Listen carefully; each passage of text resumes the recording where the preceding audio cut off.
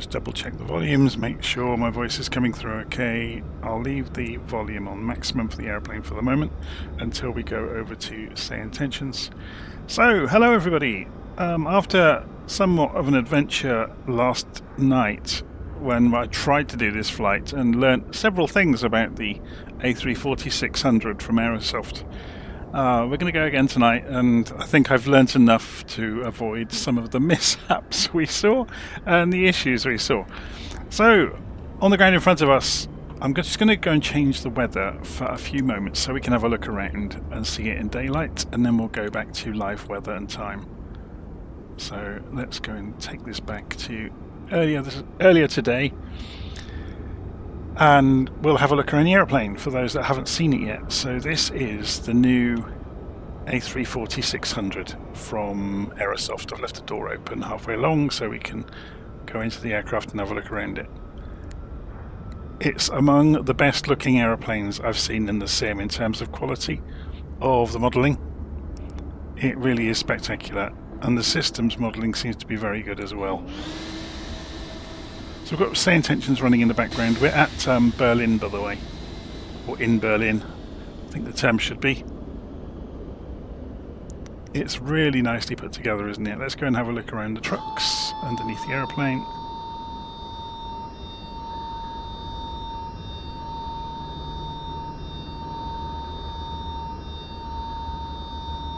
It's very, very nicely done, isn't it? So, since yesterday evening, I've also gone and acquired a decent version of Berlin Brandenburg Airport. So, yeah, it looks a lot better than it did previously. It looks much more like the real place. Okay, so let's go and have a look around inside the aeroplane. So, baggage area. You can see just the quality extends to everything about it, to be honest.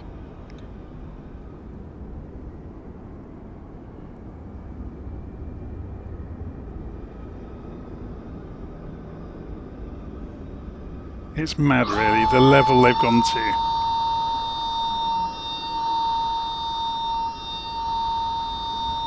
Let's go and have a look around the trucks of the undercarriage.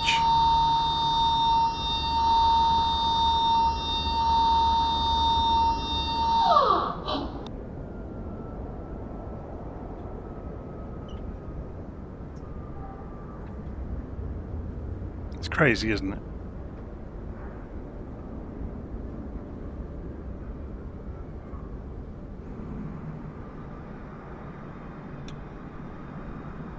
Look around the tail. So I've put the livery in place for Lufthansa with their new livery.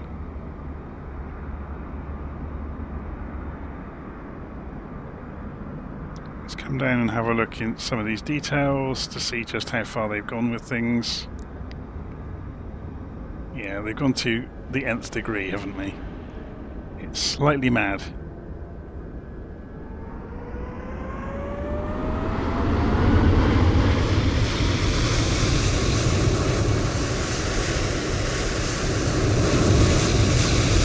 Even down to things like the airfoil shape of the winglets there, look.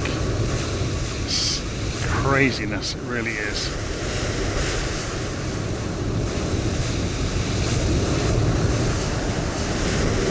Okay, let's go and jump over towards the aeroplane. And we're going to fly through the door, hopefully. Go through the window, shall we? And we're in the quiet, peace and quiet of the aeroplane. But yeah, look at the quality of this. It's madness, isn't it? So obviously this is business class and first class. So they've given us the three class version of the aeroplane with economy down the back and business and first. And we're going to fly through the wall here to go into the cockpit.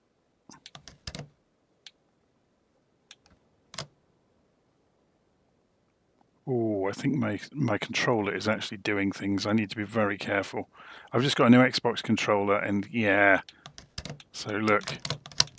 So the noise we heard outside, that was me changing the drone camera speed and the flaps moving, which is interesting because I haven't got any power to the airplane.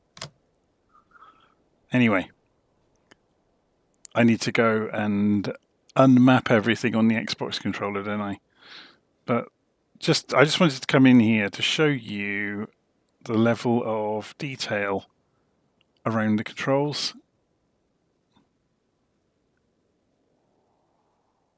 It is quite stunning.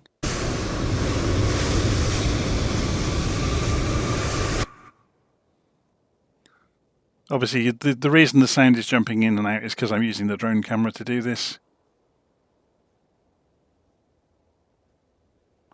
But yeah, the attention to detail is fantastic.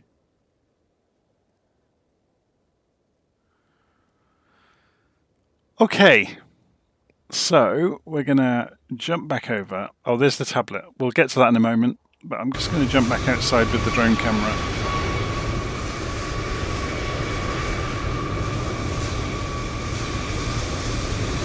We'll get the airplane ready in daylight so you get to see it, and then we'll change to live weather before we taxi out. So, I'm going to turn my Xbox controller off so it can't interfere with us. Just powering it down there. And then we're going to press Shift and X to go inside the airplane. And we'll start our journey. I think I've got Say Intentions running. Obviously it's doing the ATC and the aircraft injection. So we're going to make sure we are on the radio check channel. So obviously this is all digital, so we can't see what frequency we've got tuned in. Okay, so looking at the tablet, if you've never seen a ToLiss aeroplane before, because this aircraft is a collaboration between Aerosoft, who apparently have made the 3D assets, and ToLiss, who have done all the systems modelling for it. So ToLiss are famous in the X-plane community. Their Airbuses are certified by Airbus Industries as being accurate. They are the real deal. They're very good. So we've got Navigraph integration, so we can see charts within the simulator. So we could go for EDDB, for example, and pull up the data on. So what SID are we doing? Let's go look it up. I'm just going to go and look. I've already filed the flight plan with SimBrief to go from Berlin back to Gatwick. We're doing the Suki for November. So if we look down at the list, Suki for, it's going to be one of these. Is that must be it?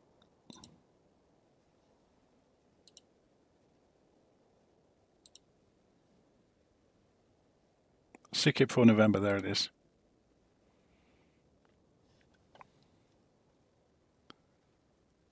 Okay, so yeah. So obviously charts work just like as you'd imagine charts should work. It's got nighttime and daytime mode, so it's all fairly standard stuff. It's also got SimBrief. You can't use it until the avionics are up and running, so we'll see that in a moment. You've got weight and balance, again, we'll get that through from SimBrief as well. We've got takeoff performance calculator, again, once we've got the data, we'll be able to look at that. Got landing performance calculator, same sort of deal. It's got really good checklists all the way through it for checking what you've done with the aircraft. You've got amazing state saving. This is a bit of a ToLiss calling card, or ToLiss calling card, that their state saving is just second to none. You can see I've set cold and dark as my default state. If we go into aircraft config, so you can change the way the airplane behaves in certain ways. I haven't found a way of speeding up the inertial navigation system alignment. Ground services, so this is obviously where you're going to go and turn on and off external power. So we've got external power wired up to the airplane at the moment. We have got the chocks in place. And there's obviously the door states around the airplane. It's got the most amazing fault scenario planning you could ever dream up. So we can go in here, for example, choose somewhere that you want a fault to happen. So say the electrical systems. Within the electrical systems, a particular bus. Within that, a particular time or altitude or something that it will kick in. So you can do all sorts of stuff. sound settings, joystick settings, it's really easy to set up your throttles. So you just hold your throttle in place and click the button for idle, climb, maximum continuous thrust and toga. Does it all for you. Obviously there's lots of other options here to play around with it. And you can put in your SimBrief ID and things in here. So let's come back out of here and go and get the airplane up and running, shall we? So I'm going to do most of it from the normal seating position, because then we get to look around as I look around, and you become familiar where things are. So batteries on, and then turn the external power on, and then put the crew oxygen on. Go and turn the strobes to auto, the nav to 1. Go and leave the seatbelts for the moment, so no smoking goes to auto. The emergency exit lights are armed.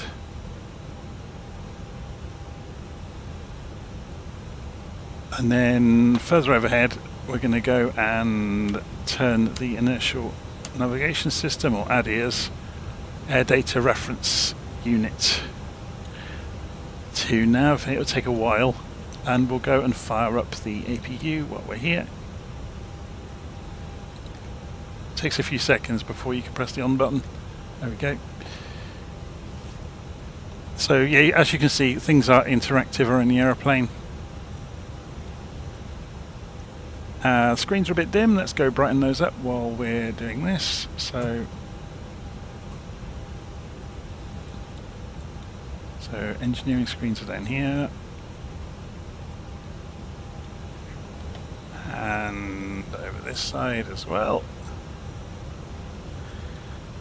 There's some nice bits and pieces, like the tray tables work, so you can obviously put them in and out. I don't think there's a practical use for them, but they work. So let's go and have a look at the tablet and go to SimBrief now. We can download the OFP now we've got the avionics up and running.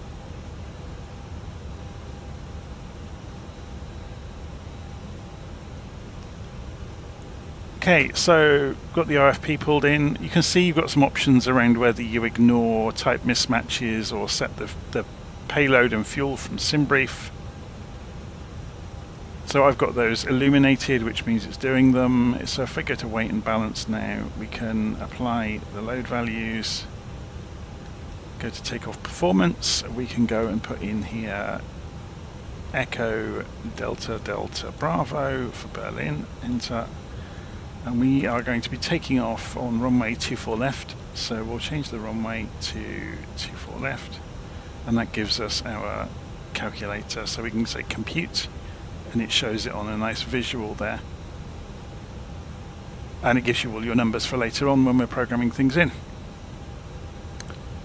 Okay, so let's go and start getting the airplane ready, shall we? So we've got the overhead done for the moment. And we'll come back down, have a look. So we fired up the APU, so let's go and have a look. And APU is generating, which is good.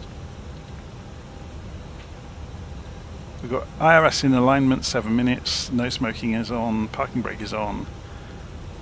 We have external power, TCAS on standby, and APU is available. So it's all looking really good so far. So we'll come over here and we'll clear out. So it's saying GPS primary lost because it hasn't got the ADIRS system up and running yet. So then go to init, and we should be able to do an init request, or we can brighten these up as well. So we should be able to do an init request, which will pull from SimBrief, so we'll give it a few seconds. There we go, give it a few more seconds and the flight number and everything will pull through. It takes a while. There we go. So flight plan is in progress. I don't think it gives you a message to say it's finished. So we can just clear the messages out from the stack. And then go sideways in here. Actually, no, before we do that, let's go wind and do a wind request. So obviously, the more data you give the FMC, the more accurate or MCDU I should say, the more accurate it will become. Okay, so if we go sideways from in here, the fuel is all calculated already, that's all done. So we can go into flight plan and program the rest of the flight plan. So EDDB, departure, I think, did we say 24 left? Yeah, 24 left and the Suki for November departure. So runway 24 left, Suki for November, and insert. And then arriving into Gatwick, we're going to be coming in runway 26 left and then the Tebra 2 Golf. So arrival ILS 26 left and we want Tebra 2 Golf. There it is. And there's no transition to choose, so we just insert that. Okay, so if we press flight plan, it stays at the top of the flight plan. Let's try out the gross flight plan check, shall we? So we'll go and put the navigation display on plan mode. And you'll notice, actually, have we got alignment? No, 5 minutes to go, which is why it's a dotted line. So, but we can still do our checks. So we can go and scroll this through and keep an eye on that screen and see what it looks like. And if we zoom out slightly, oh, it's already at 40 miles, that's fine.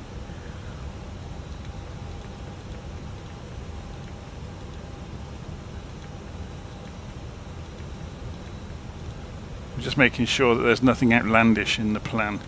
Looks pretty good, doesn't it? Yeah, that's fine. Okay, so we can press flight plan to come back to the start of the journey and put this into arc mode. Again, we've got 4 minutes to run until we get hold of the inertial reference system.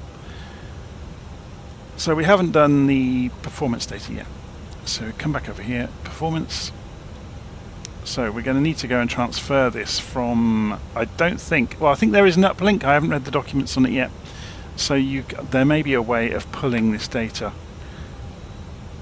So let's go and have a look. V numbers, so I'll say 150, 164, 171. 150, 164, and 171.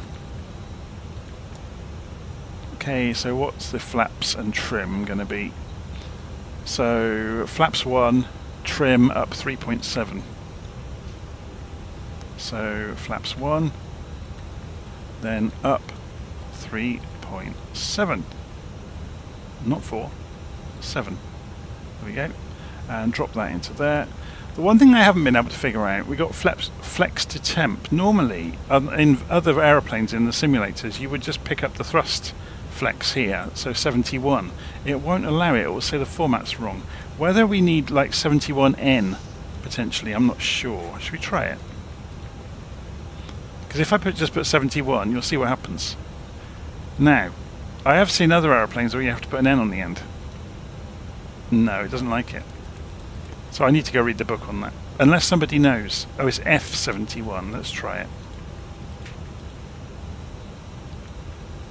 There we go. Oh, it's the temperature. Yes, F for Fahrenheit, C for centigrade, of course. So that's that done. Climb we can leave alone. So cost index has come through from the flight plan, that's all fine. We won't do the approach until we are a lot closer to the destination. Okay, so I need to go and program the FGCP now, the master control panel for the autopilot. So we need to know an initial altitude, so we'll go and get clearance from say intentions first. Before we can do that, let's just make sure we've got power to the radios. So VHF there, and this one's on, that's good. So if we change frequencies, let's make sure this frequency changes as we do it. We're going to go to clearance, and there we go, 121605. And now we can talk to clearance. Berlin clearance, Lufthansa 073, requesting clearance to Gatwick as filed.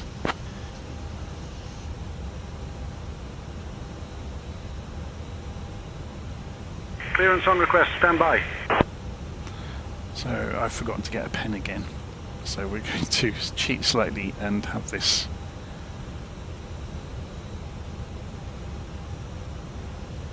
Lufthansa 073 cleared to Gatwick via the SUKIP 4 November departure runway 24 left. Initial climb to flight level 050, departure on 121.13, squawk 7642. Cleared to Gatwick via the Suki 4 November departure runway 24 left, initial climb, flight level 050, departure 121.13, squawk 7642, Lufthansa 073.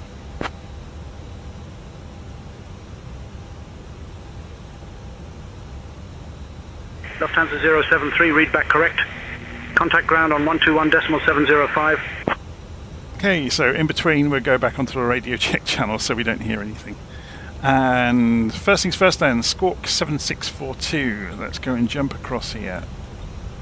So we can press clear. Ladies and gentlemen, welcome aboard Lufthansa Flight 073, departing from Berlin to this London is on, Gatwick. this is on 2, Please take we'll your leave this seats on according to your auto, boarding passes and this is stow on your standby hand until we get luggage to the in runway, overhead or until we're bins taxiing or under the even. seats in front of you. Oh no, this is TCAS, so that If stays you on require any standby until we are on the do not runway. hesitate to contact any member of the crew. Thank you for your Ground cooperation. spoilers. While we're here, we need to go and set the initial climb altitude, don't we, to 5,000 feet. It's just for the constraints, really. It's agreeing with the first constraint on the route. Okay, let's go and press comma to calibrate the... I need to go and do that again. That's going to be slightly wrong. Oh, I wonder if the takeoff calculations will be wrong. If we go live now, I wonder if it will really hurt. Yeah, because we wound the time back. So this lets you see the night lighting as well. So it's going to be using the pedestal lighting at the moment, which is really bright, but it's fine. We do get to control that, by the way. There's knobs all over the place to control the brightness of the flood lighting.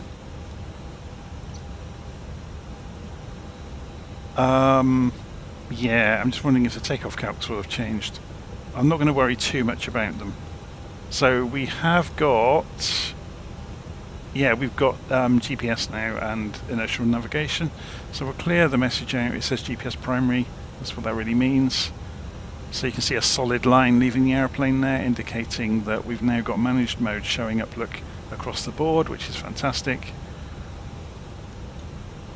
And we can get on with doing things. So we've got APU up and running.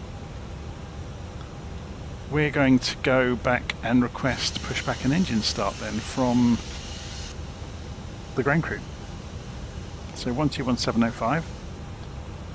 I'm just going to close the door here. Some doors is hoovering right behind me. Problems that don't happen on real aeroplanes. We'll bring the range down as well on the navigation display to 10 miles so we can see what we're doing when we're departing. So I already changed the radio frequency, didn't I, to the ground frequency, or maybe I didn't, so there we go, ground. Berlin ground, Lufthansa 073 requesting pushback and engine start.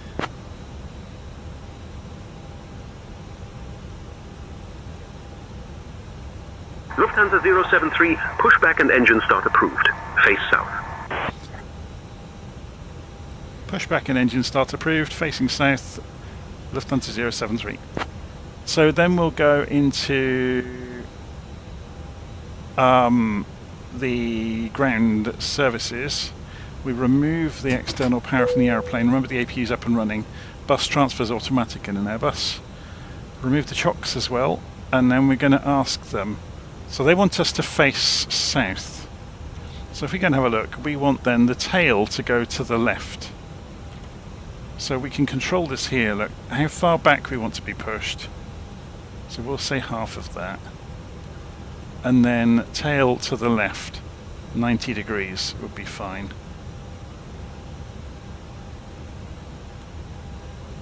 Can I get that exactly right? Oh, nearly. There we go. So start the pushback automatically. Okay. So we won't see much. You'll see the nose lift when it's about to go. You won't see the tractor move. So I'm going to go and turn the parking brake off. There we go, nose is lifting. And we're being pushed back. So, APU is up and running. APU bleed is on. Go and turn the fuel pumps on.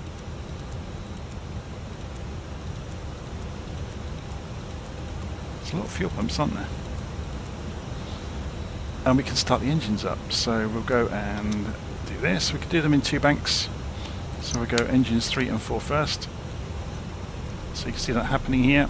The highlights. And we can watch this pushback happening.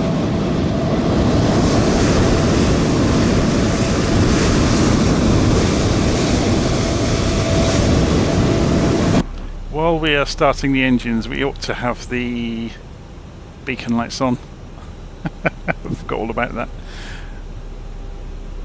We don't put the taxi light on until the truck's out of the way, because otherwise it will blind the people in the truck.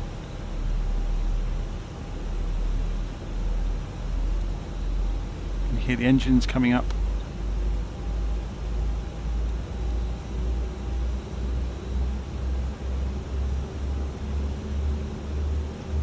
Okay, so I'll put the parking brake back on now. They're dropping the nose. Look, you can see the aeroplane slowly, gently dropping. So that's all finished, look. The auto pushback is saying start auto pushback again. So we're on the parking brake. We can go and fire the other 2 engines up. So they've just come up available. So then we can go for engines 1 and 2. We can watch them fire up as well. We'll go and put the taxi light on while we're waiting for that to happen. We'll put the seatbelt sign should have been on when we were being pushed. I've missed that, haven't I? I'm doing this without a checklist, by the way, so this is all by following my wits at the moment. So there's the floodlight, by the way. Top Swiss 54 Tango Juliet cleared for push and start. It's very cool, isn't it? Pushback and start approved. Top Swiss 54 Tango Juliet.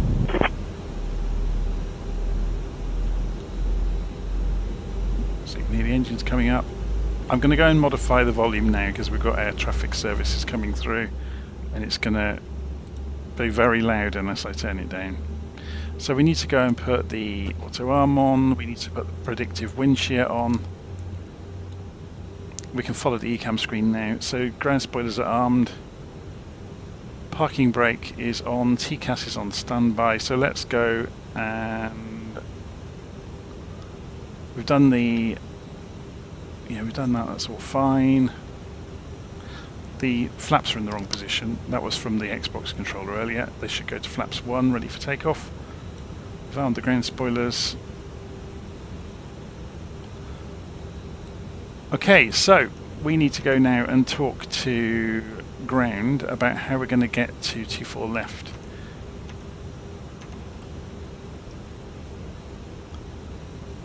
Berlin ground, Lufthansa 073 requesting taxi to runway 24 left. Let's have a look at the map just so we make sure. They're just going to say either Alpha or Bravo, aren't they? Or maybe Echo, who knows?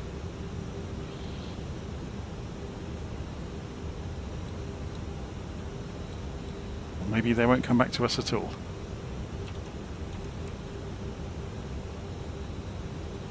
Did I press the right button?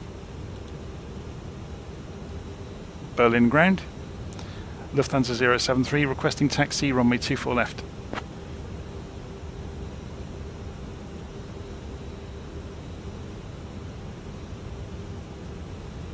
Lufthansa 073, Moin, runway 24 left taxi via Victor Charlie, Victor 2, Alpha, Mike 8. Mike 8, there it is, look. Victor 2. Let's just double check that. So Ryanair 16 Sierra Papa 2. contact tower on 118.805. Tower, Ryanair 16 Sierra Papa. Taxiing 24 left via Victor 2, Alpha, Mike 8, Lufthansa 073, thank you. So we go straight ahead. November Kilo, runway 24 right taxi via Kilo 4, November 1, Kilo 6. Going to turn head tracking on now. Runway 24 right taxi via Kilo 4 November 1, Kilo 6 beeline 9 November Kilo.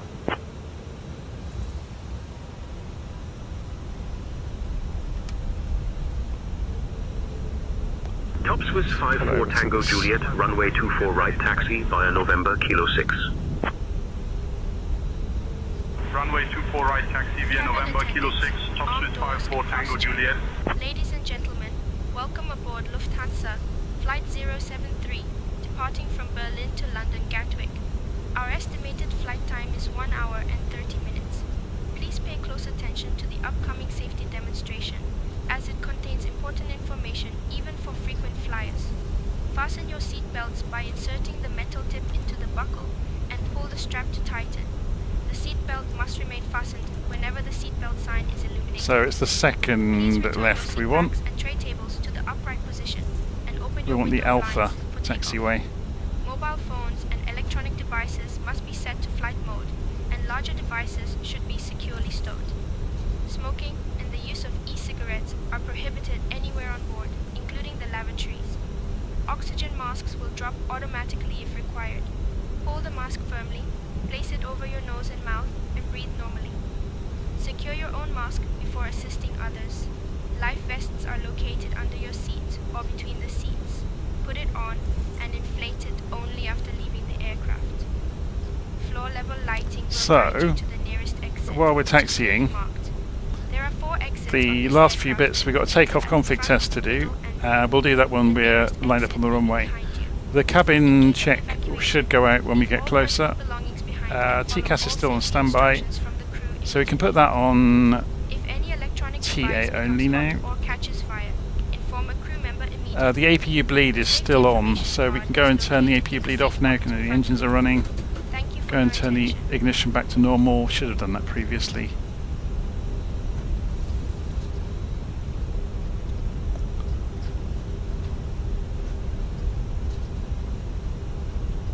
So Mike was the first right.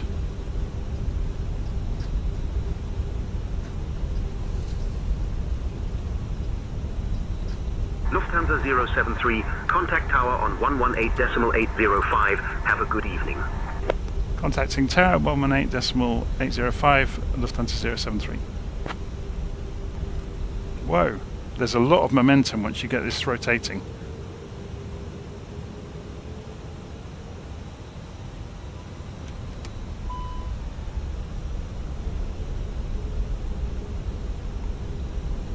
So yeah, you need to practice ground handling a little bit. Okay, let's go and contact tower.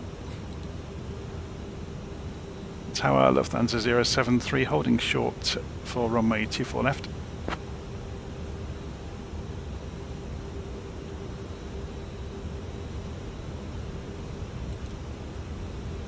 Lufthansa 073, heavy Berlin Tower, runway 24 left, winds 180 at 7, cleared for takeoff. Cleared for takeoff, runway 24 left, Lufthansa 073. Now look at that, the lights are lighting up the mist in front of us. I'm just getting a warning because I opened the throttle a bit too much. Approaching runway 24 left.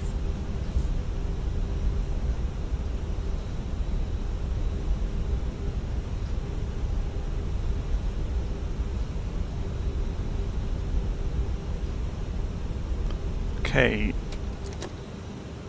I'm going to turn head tracking off to do this. We want to go and press takeoff config.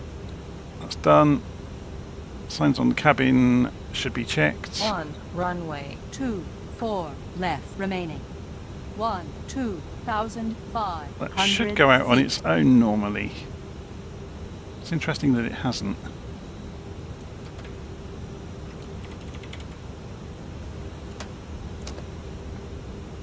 Okay.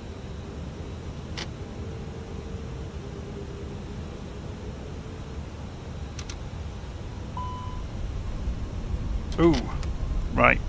I'm going to stop us quickly. I have forgotten something. So we had a trim on the calculator takeoff performance of up 3.7, and I haven't adjusted it. On runway 24 left remaining. 12,300 So about there.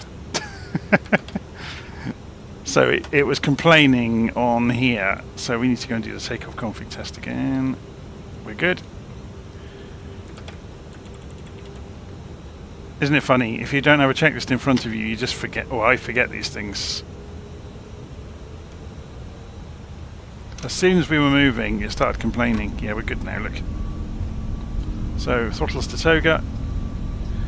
Keeping an eye on the indicated airspeed ribbon.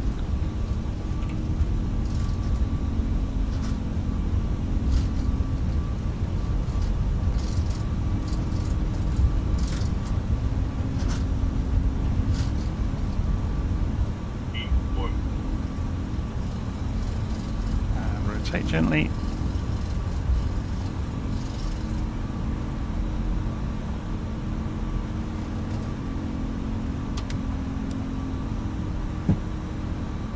Up. Autopilot on.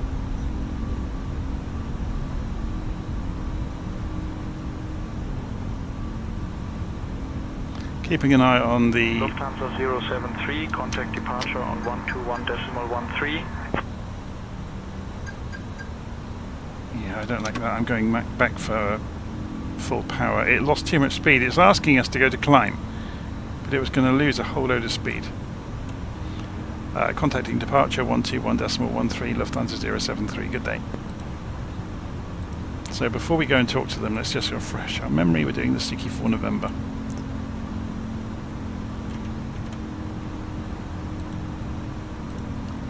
Departures, Lufthansa 073, doing the Suki 4 November SID en route to Gatwick.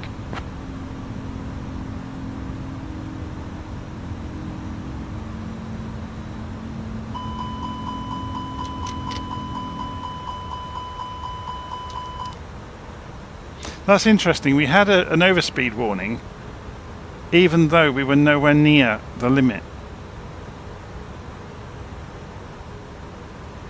So we're coming up to 5,000 feet, so it should start flashing and telling us to change the barometric pressure when we... it hasn't. Lufthansa 073, heavy, Berlin departure, identified, climb flight level 100. Climbing flight level 100, Lufthansa 073. So if we go now to standard barometric pressure and then tell the climb to happen.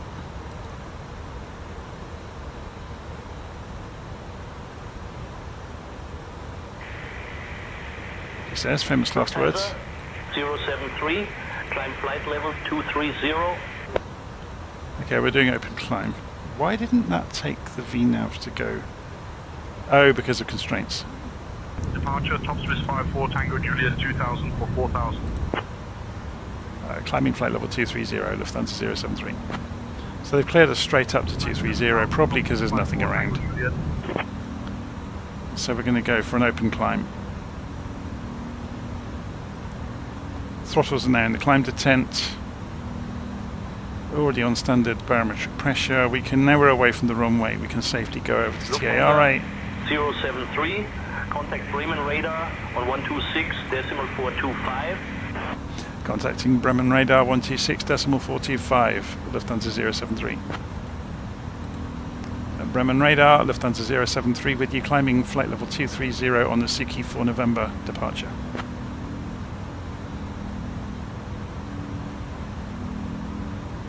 Lufthansa 073, Bremen radar identified. Good evening. So we don't need the ground spoilers armed anymore either.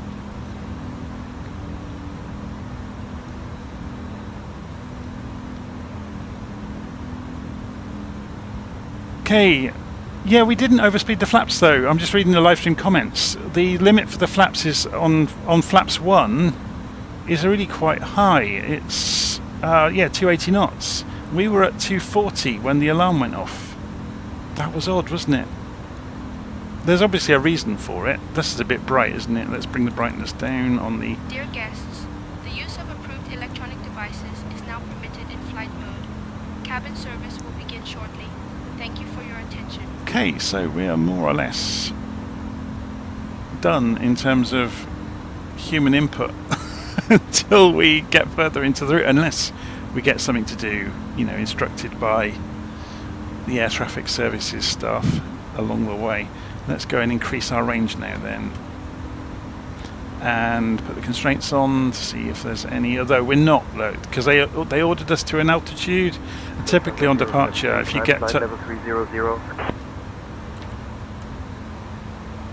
climbing flight level 300 virtual, sorry, Lufthansa 073. I've flown for too many call signs recently. So there we go, it's showing there. So we're in open climb, we're using lateral navigation or managed heading. Throttle is in climb descent, so it's managing the speed for us. That's interesting though. It's going very slowly. Presumably because there were constraints originally. But we don't have to really pay attention to those, so let's go and do the speed we want. We're already above 10,000 feet, so the speed limit has gone away. So it's dropping the nose gently, look, to allow us to accelerate. So when we're above 10,000 feet, obviously the landing lights can come off.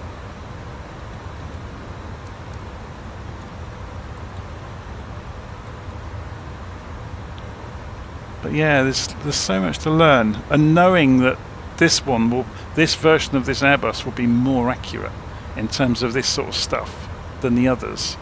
So there's going to be more to learn in this one about how you should operate it.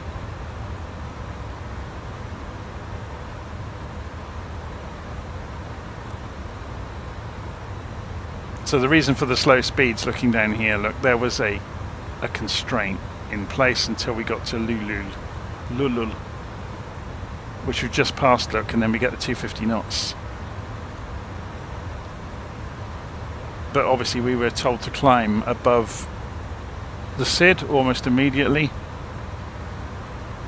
Lufthansa 073, climb flight level 350. Climbing flight level 350, Lufthansa 073.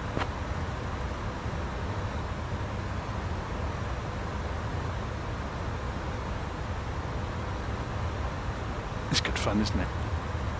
So, out-of-tank transfer is in process. We can clear that message, I think. We should be able to.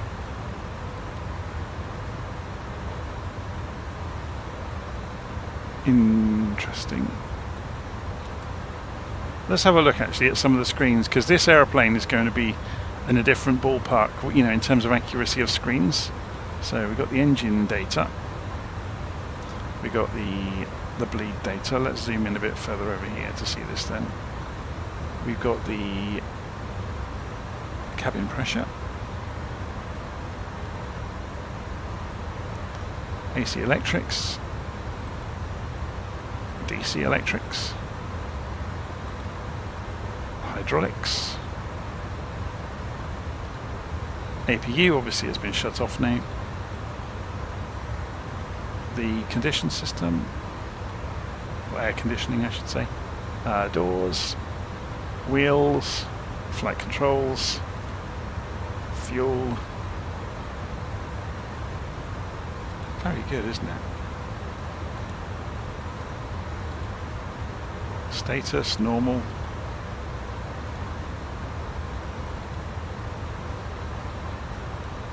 And in terms of the MCDU, so obviously this animates throughout the flight, telling you, updated flight data. Should be able to go sideways, and you can. So you can flick between estimated fuel burn down during the route. So that's interesting. It doesn't. Oh, it does there. Look. So that's interesting. Regardless of what you show, you always get estimated fuel on block at the destination. climbing flight level 380, Lufthansa 073.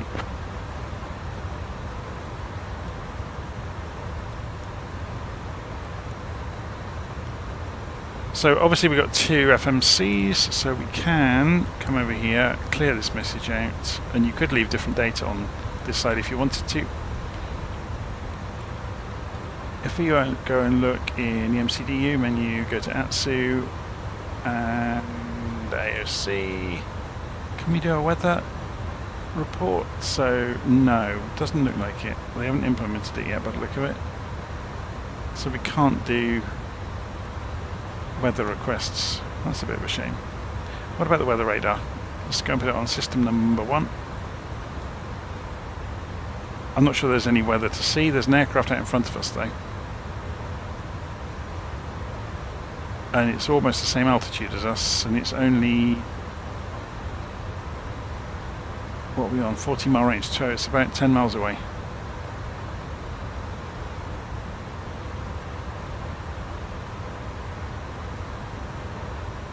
It's exactly the same altitude as us, so if we were to stand up and look out that way, we should see his lights. It was over there, wasn't it? Did I see a light flickering out there?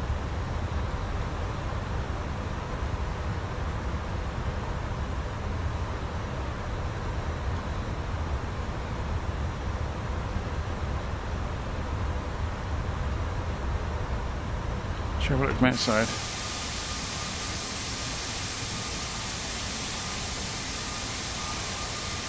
So did I use the satellite taxi camera? Nope.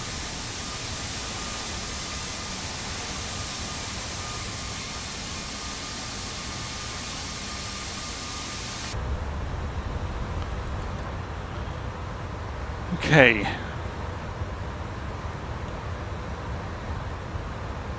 So yes, I haven't written up any notes on the airplane for myself yet, so this was very much winging it today to see what we could figure out along the way. So let's have a look and see what else we get here then.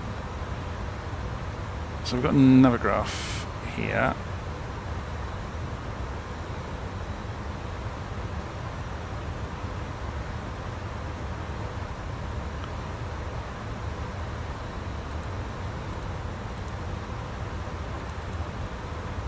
So obviously we've left this already by the look of it.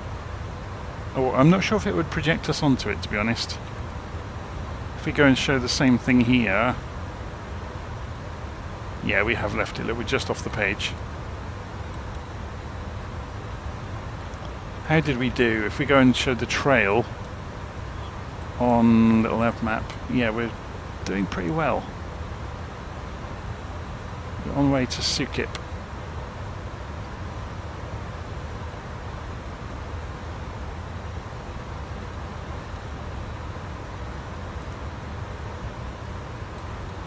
So it's on...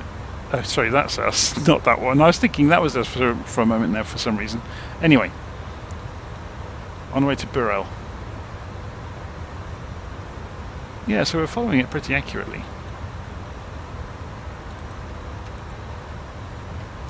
I was just wondering if there was a map mode on this thing. I'm not sure that there is.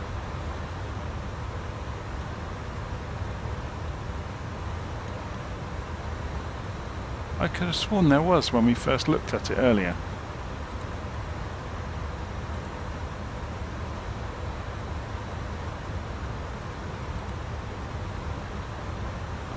So if you're not looking at a chart, can you just see a map?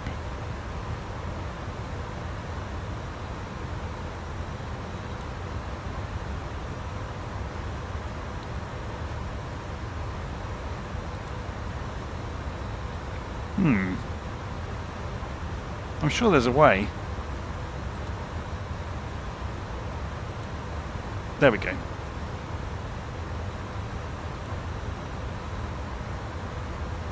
It's not the best view in the world, is it? So that's IFR high, IFR low.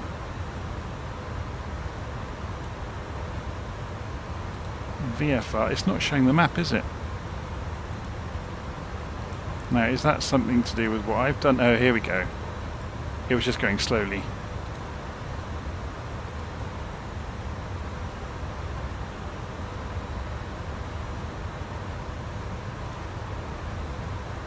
So if we zoom back in, I wonder if there are certain zoom levels that don't have tiling maybe. You can drag this as well. It's a little bit stuttery and slow though. So we want IFR. That's better. It was just going slow.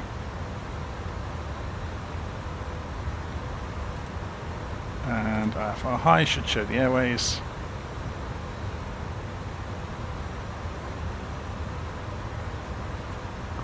And if we were to zoom right in, I guess it would be more readable. So we're coming into the intersection.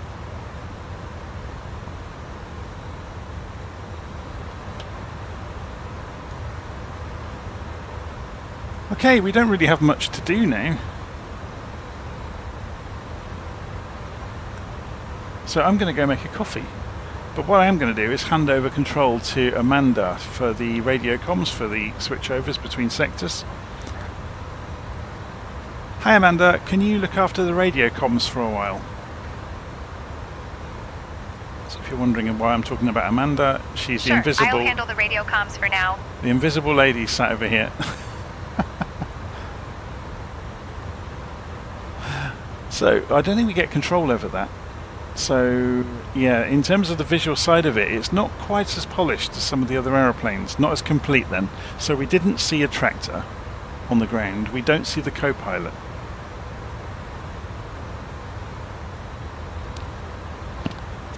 Which is classic Aerosoft, as far as I'm concerned. So ToLiss have done their job amazingly. The systems simulation and the flight model is incredible. But all the stuff around it, yeah.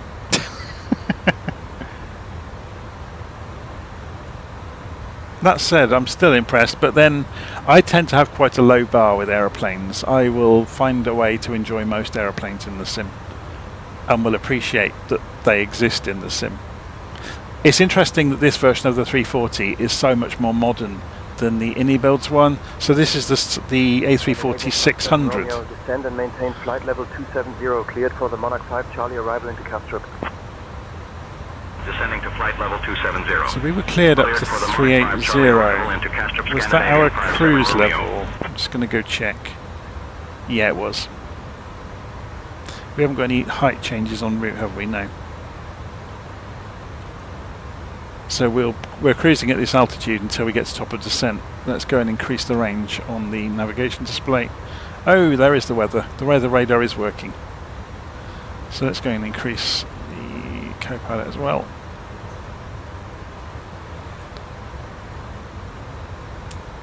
Good. Should we increase it again? See how far out the weather radar range extends. So that's 160 miles now. So if we look in here, we can see top of descent will be at 2117. So that's in about 40 minutes time. Eurowings 2 Hotel Mike, radar contact. Eurowings 2 Hotel Mike, flight level 220. So what I'm going to do... Dear guests, the cabin crew will now begin the snack and beverage service. We invite you to enjoy our selection. Yeah, we're at cruise level now, so I'm going to go and turn the seatbelt sign. Oh, it's on auto. After the service, selected That's items fine. from the Lufthansa shop will be available for your convenience. Thank you for your attention. I was just going to go and turn the seatbelts off, but it's on auto, so we don't need to worry about that. Okay, so we leave it like that for the next half an hour or so, and then we'll be looking for preparation for top of descent and looking at where we're going. And that's interesting, isn't it? Look, you can see the radios are changing frequencies automatically, and that's distance measuring. So the big airliners use 3 primary systems to know where they are. You've got GPS, you've also got inertial guidance, so the airplane's measuring accelerations in all directions, and it, by adding that together it can figure out where it is based on where it started from. You've also got radio navigation, So while we're flying along, if we go and turn on the VORs, what the aeroplane will be doing is tracking the VORs. And you can see it doing it here, look. It's flicking between them. It's gone to another one that's in front of us somewhere. But it will automatically track the VORs and flick between them as we fly along. It's very cool. So yeah, it uses in concert, you know, the GPS, the inertial guidance, and the radio navigation while the airplane is travelling along, and it will be measuring, you know, all of them together and comparing them against each other. I think it's fascinating.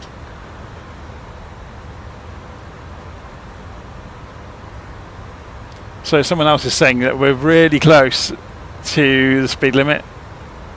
So we could go back to manage speed and see what it will give us. What speed does it want to do? 230. Nowhere near the speed we're doing. So it has come back off the throttle, as you can see them winding down in order to fall back to 230 knots.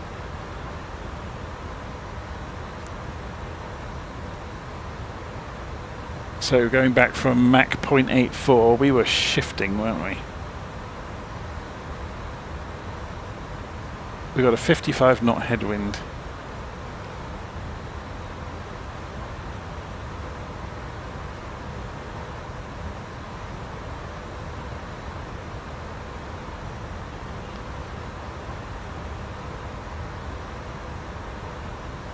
I forgot to start the chronometer. I always forget the chronometer. Normally you would use it, you can use it as a trip chronometer obviously if you really want to, but normally you would use it if you're measuring a hold, doing it, you know, one that's not programmed in. They're saying that these days you can program a hold into the FMC really easily. So if you've never seen it done, say we were coming up to Galso, select Galso and you just select hold and you put the parameters in, so your inbound course and the turn direction and the time of or distance of the leg, you know, the middle part of the hold, and it does it all for you. But we're not going to do that. We don't want to put a hold in at Gaslow.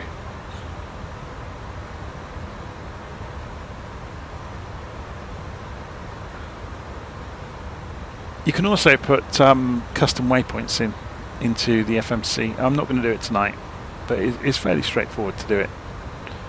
I've got a really good document available on Ko-fi. If you look in the links in my in the notes of the video, there's a link out there to everything I do, and I've got a really good guide in Ko-fi to the Airbus systems for the A320 at least.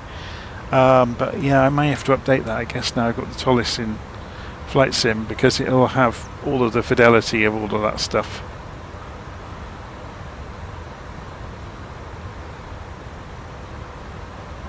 The reason I always the reason I often demonstrate a fascination and, you know, in deep dives into the systems is in the daytime I'm a software developer. So this is my wheelhouse, you know, seeing how systems work and how you operate them. And I showed you that, didn't I? I think I did.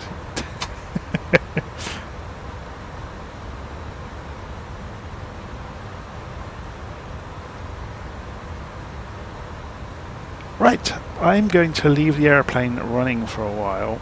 We've got about half an hour to top of descent.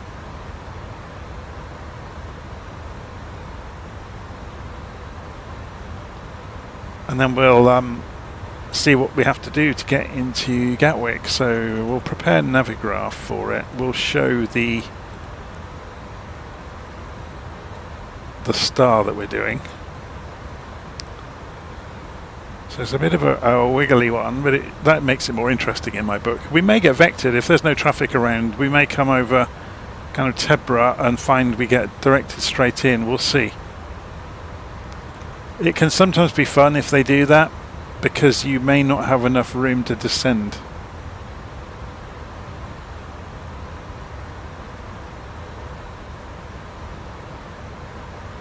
Okay. Hey, I'm going to go take a break. I'll be back in a few minutes. I'll leave a message on the live stream. Taking a break. We'll be back in time for descent into Gatwick.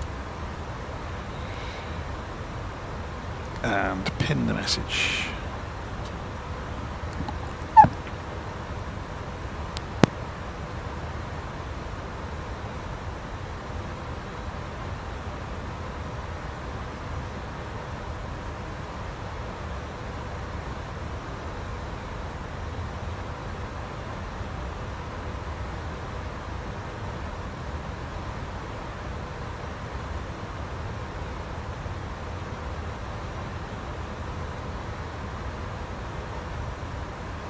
Lufthansa 073, contact Bremen radar on 128.76.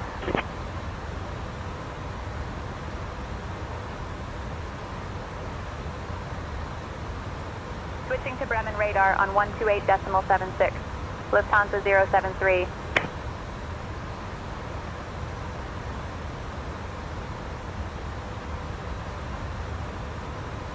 Bremen radar, Lufthansa 073. Good evening at flight level 380.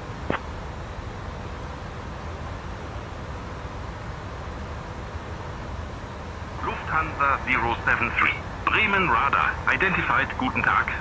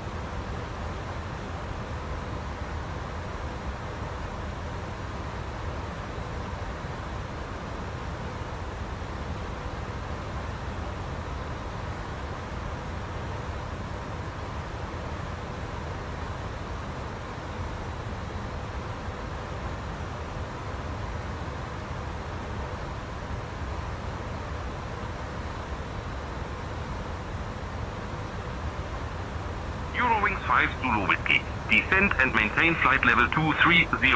Cleared for the Noel Go 6 Alpha arrival into Hamburg. Down to flight level 230. Cleared for the Noel Go 6 Alpha arrival into Hamburg, Eurowings 5 Zulu Whiskey.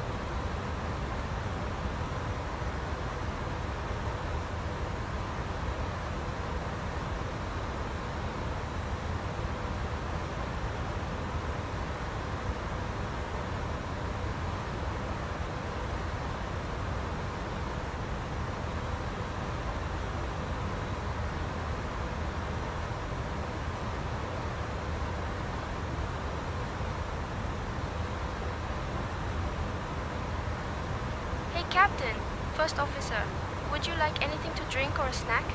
By the way, I heard the in-flight meal options are so good, even the peanuts are on a first-name basis with the passengers.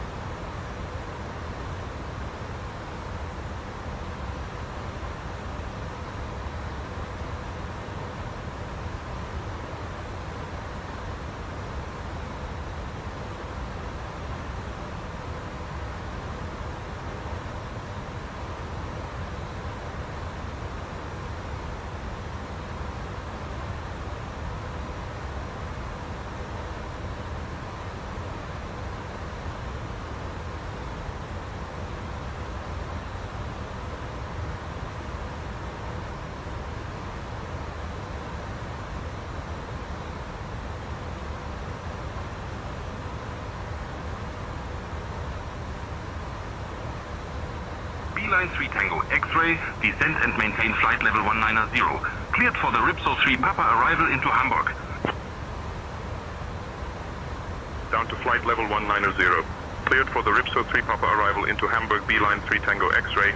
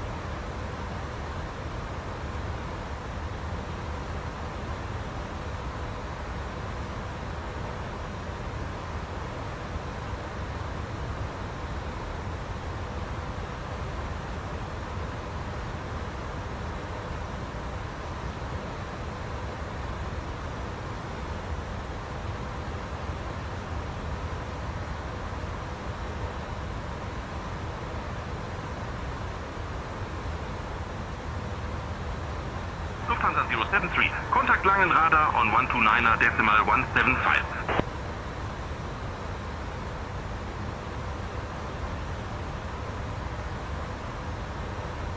Switching to Langen radar on 129.175. Lufthansa 073.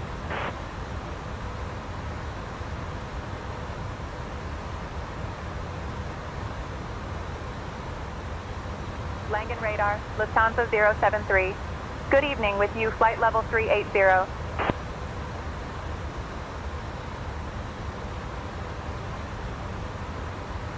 Lufthansa 073, Langen radar identified. Good evening.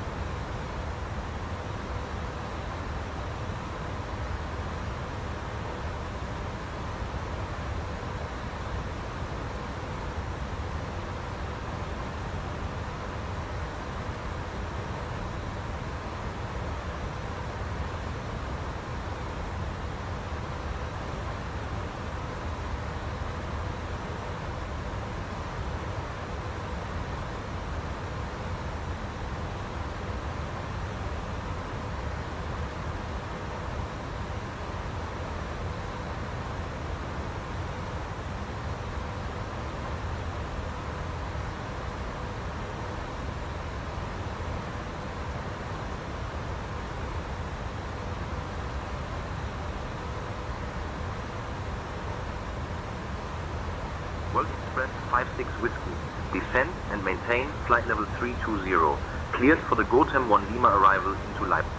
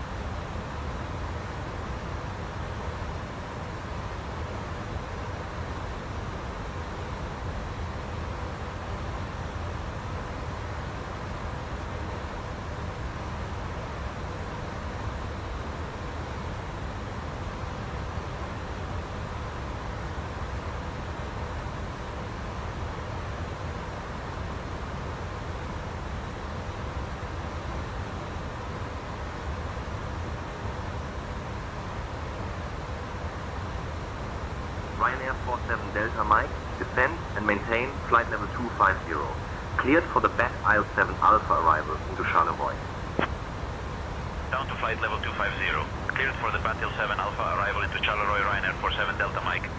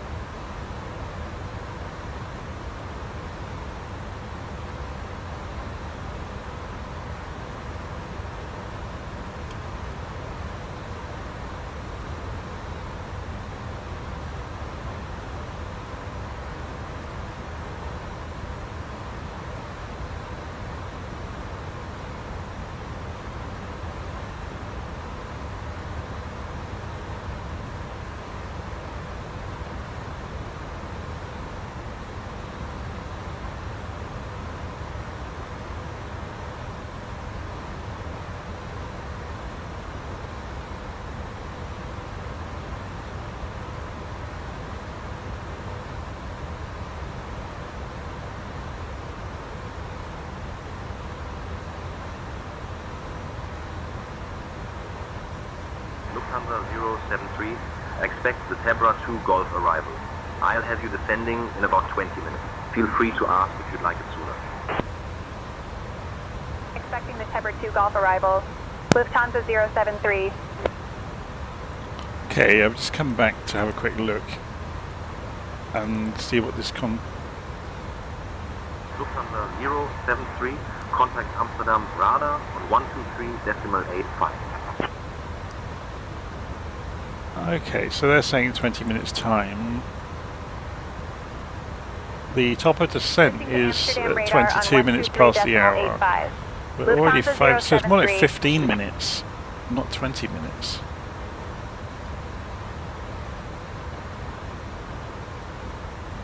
Amsterdam radar, Lufthansa 073. Good evening at flight level 380.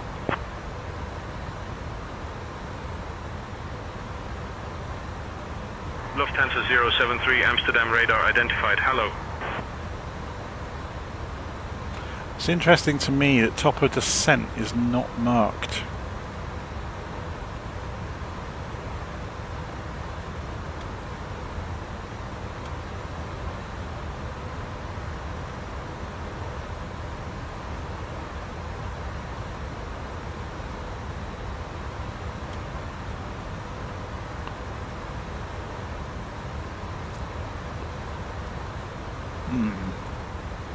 I think it should be.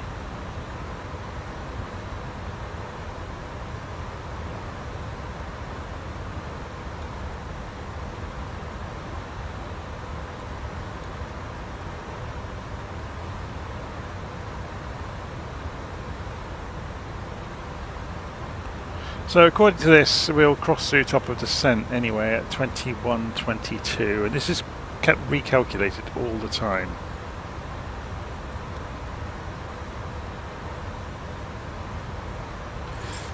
Let me just check the volumes, make sure you can actually hear me. Yes, you can. That's all good.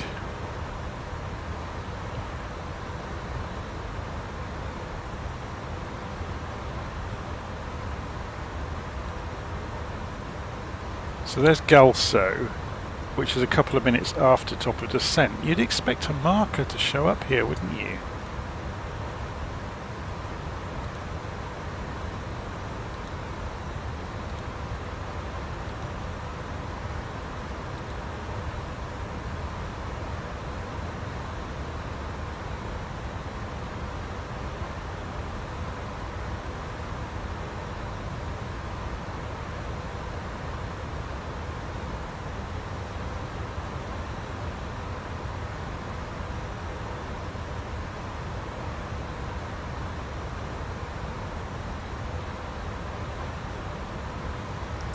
Anyway, shall we look from outside?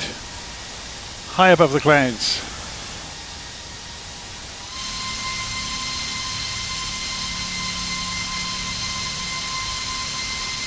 There are some bright lights, aren't they?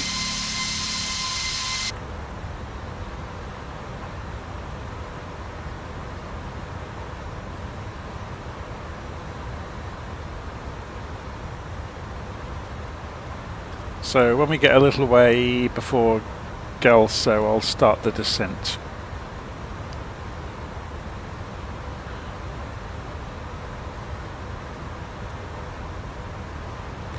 Then I look it up. I think it might be wrong, which just surprises me if ToLiss were involved.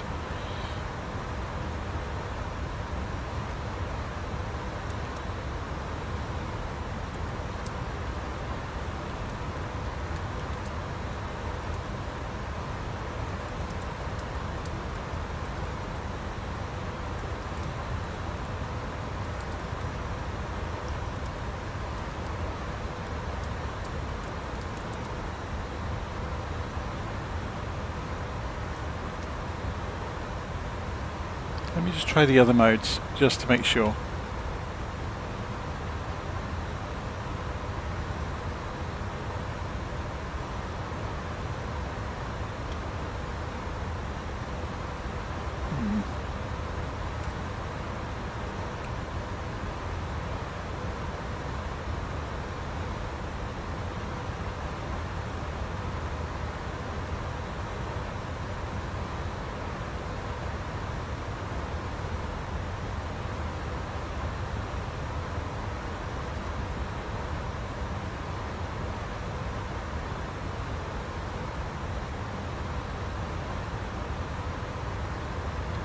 We haven't got any discontinuities that would cause it from not showing, have we? Or stop it from showing, I should say. No, that's going all the way down to Gatwick. It's really odd.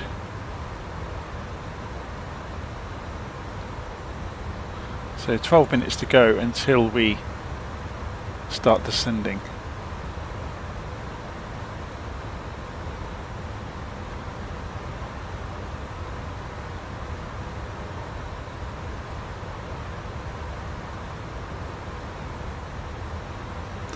So, am I sure I'm at the programmed cruise altitude?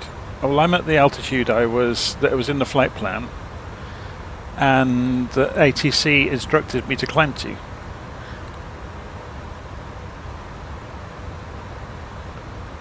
Yeah, cruise flight level 380. 38,000 feet, 38,000 feet, everything ties up. We have got standard barometric pressure, so it's nothing to do with that.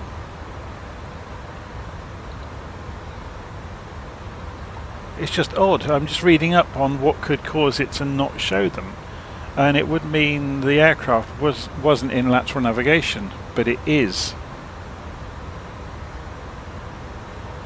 So it's not that, and it's showing nav here, which is correct. That means the same as that. How weird.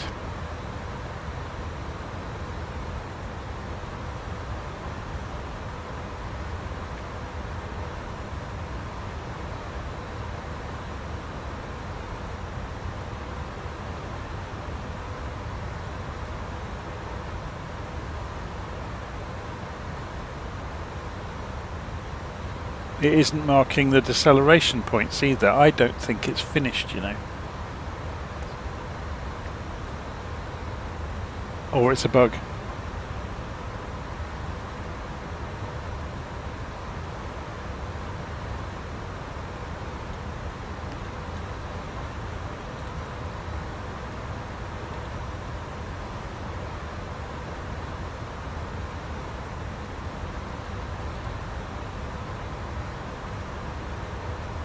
It's odd, isn't it?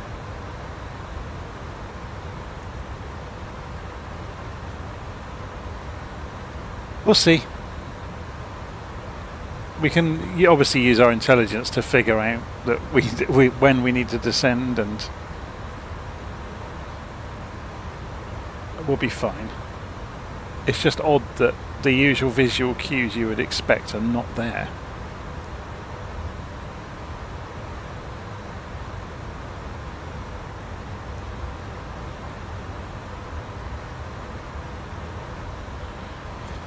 So, yeah, I wonder if there is something odd going on here.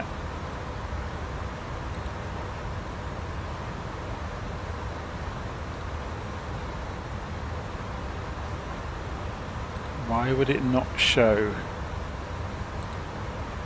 the appropriate data? Yeah, like as you've said, this should show the phase you're in. We are not in go around.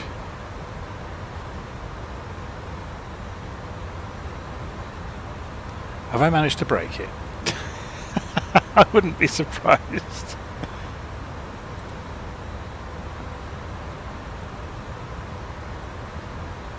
A car's print function. Oh, can we print things?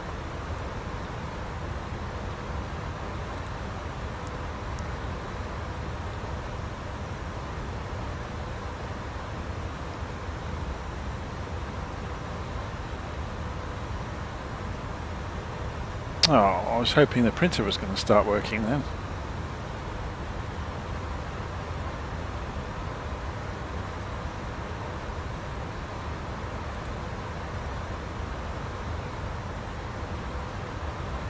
Anyway, maybe the airplane still has a few bugs. I wouldn't discount that I've done something to it, because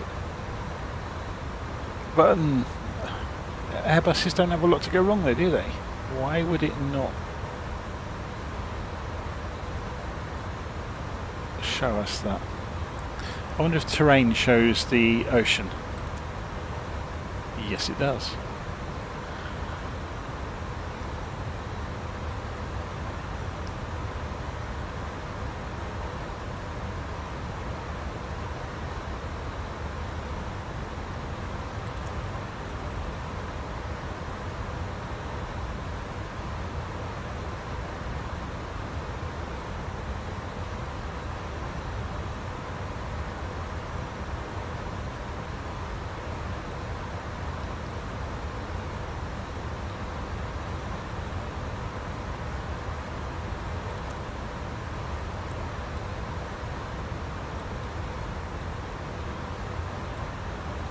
Have I managed to break it? That's the question, isn't it?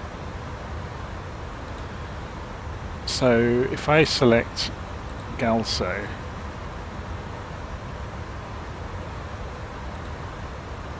I mean it's tracking the legs correctly, so it doesn't think it is in a go around.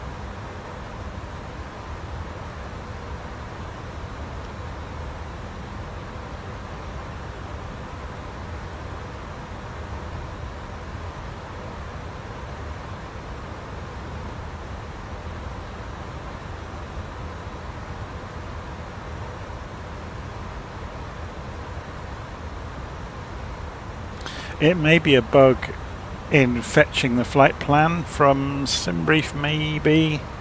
I'm just reading about it on the internet.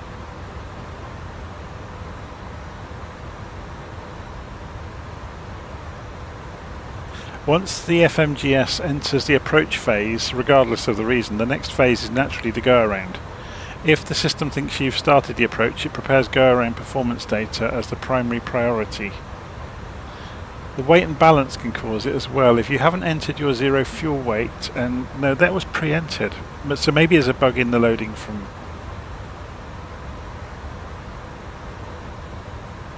How the perf button should sequence. Yeah, it should go pre-flight, climb, cruise, descent.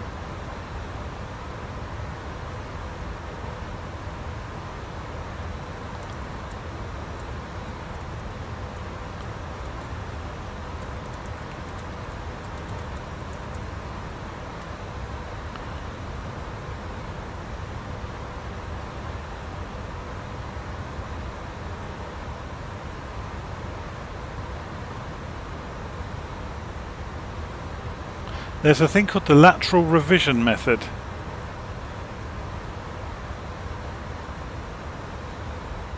Go to the flight plan page, click the left side, the left line select key, LS key, next to the the current two waypoint. Amsterdam radar, Delta Sierra Zulu India Oscar, flight level 380. I'll have to give it on the time. Oscar, radar contact. We've got about 3 minutes to do this. So we select Galso, select a lateral revision,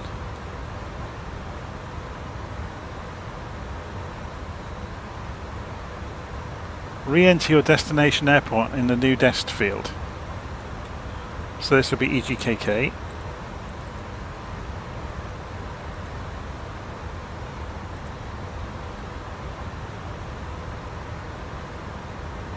Insert the change, and then I just have to go and reprogram the approach, I guess.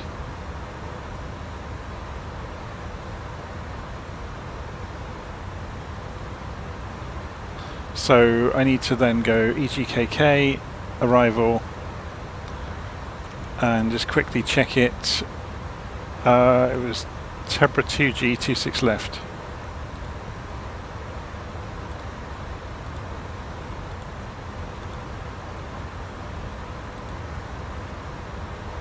Insert.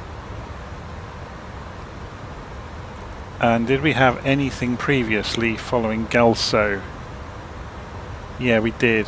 We're going straight line. It's an airway, isn't it, to Arek.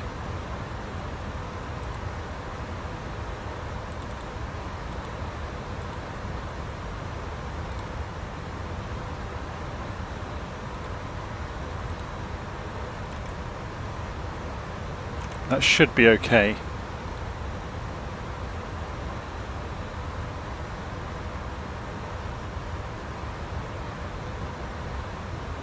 If we go to Perth,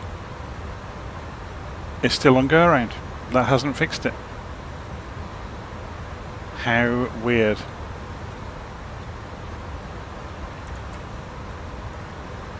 Right, we need to start descending anyway. So I'm going to have to manage descent, so... sorry, it's not going to do it. 073, contact Dutch Mill on 120.83.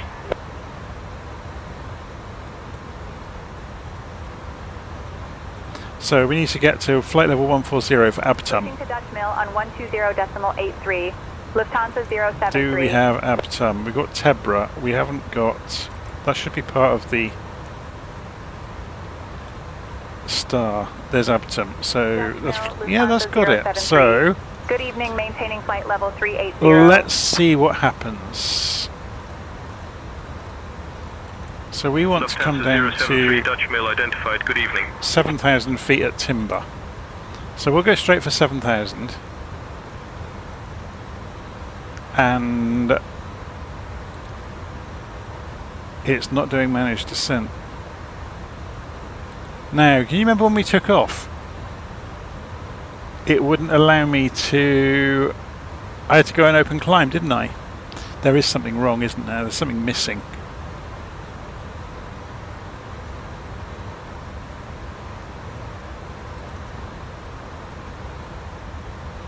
So I'm going to do an open descent anyway to 7,000 in order to get down in time.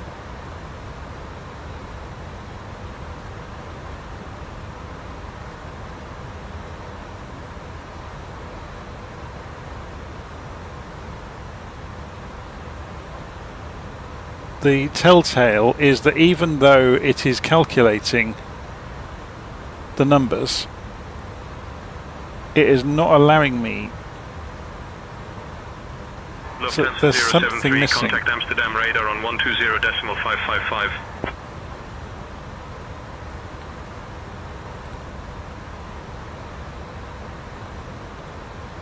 Switching to Amsterdam radar on 120.555. Lufthansa 073.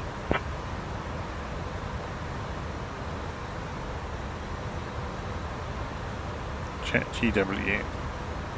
Amsterdam radar, Lufthansa 073. Good evening, descending flight level 370.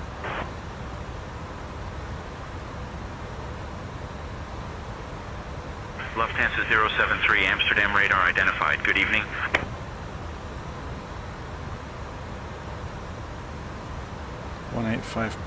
It would have been takeoff weight 233.3, wouldn't it?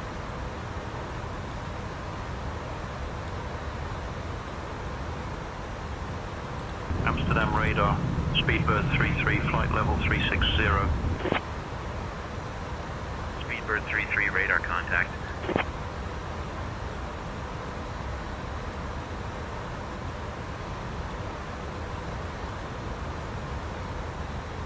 Very strange.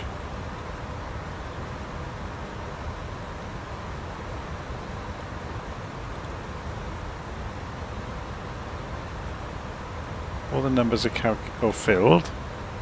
That's the only thing I could think is that one number was missing, but that shouldn't really have affected it. Because we gave it the fuel numbers, or it had the fuel numbers from SimBrief. Maybe that's where the bug is. Maybe there's a problem somewhere in that. I wonder if I do another flight tomorrow maybe and reprogram it all by hand rather than using the SimBrief import to see if that's where the problem lies. Maybe.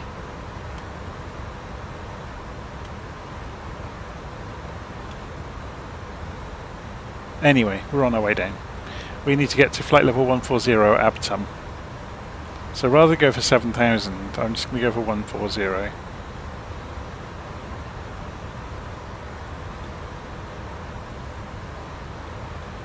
How odd.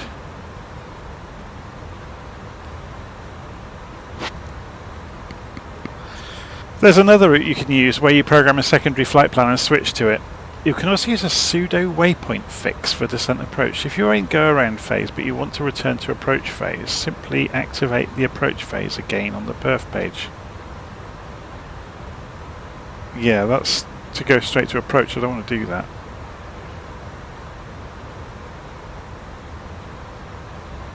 Check your thrust lever calibration. If your physical throttles are jittering into toga, the ToLiss logic will immediately jump to it will jump to go around.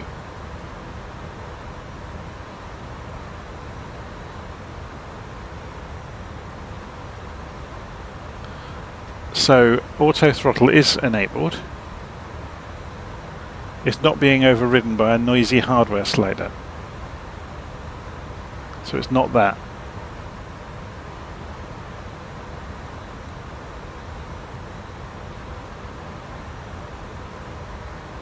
Isn't it odd?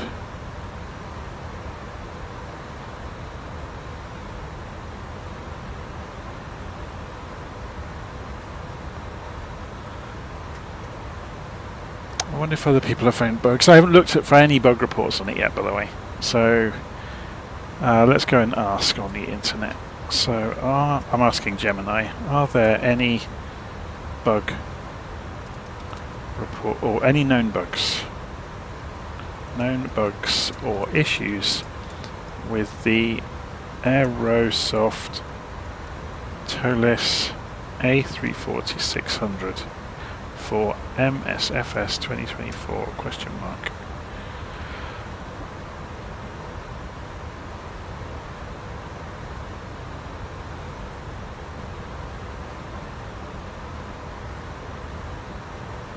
Well, Gemini's having a think and it's not coming back with anything, which is odd in itself. Let's give Gemini another kick.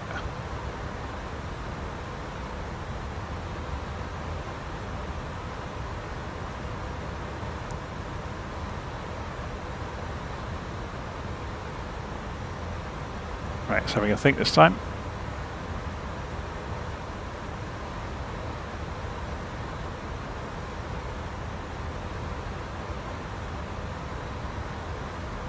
The go-around page bug. Haha!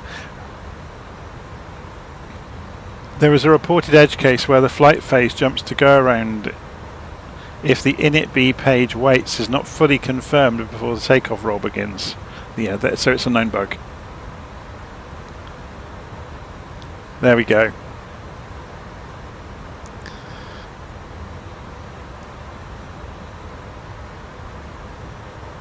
Flight phase jumps to go around if the init B page, the waits, is not fully confirmed before the takeoff roll begins. So that's because we didn't populate that before we began the takeoff roll. It caused what we are seeing. Every day's a school day. There we go. You live and learn.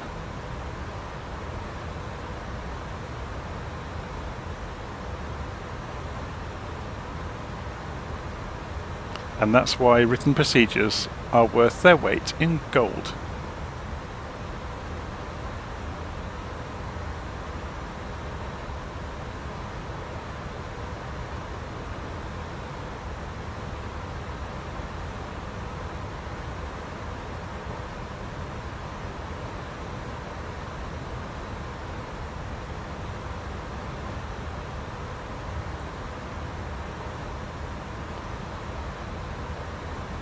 So we got 40 miles to lose another 13,000 feet.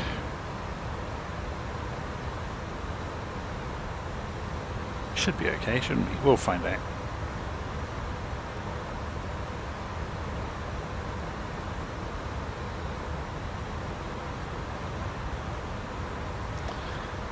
Should we sit up and have a look around?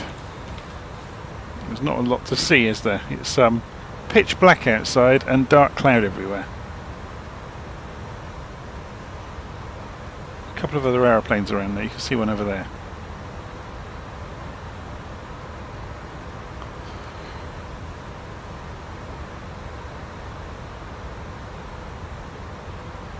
So yeah, we've hit a bug, a known bug.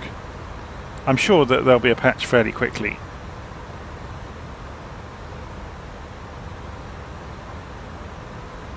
Well, not really a bug, it's a implementation grey area, maybe.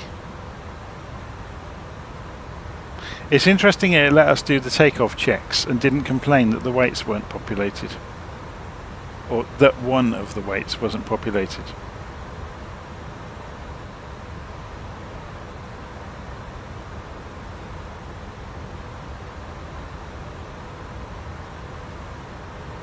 And because of the phased nature of the flight management system, once it's gone past climb and cruise, you can't get back to them.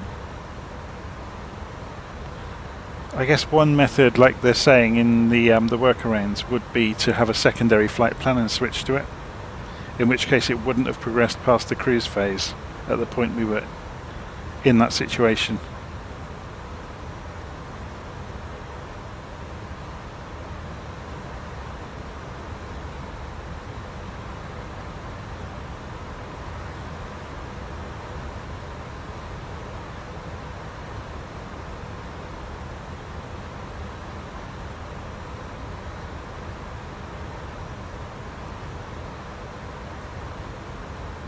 Okay, I'm going to leave this doing its thing,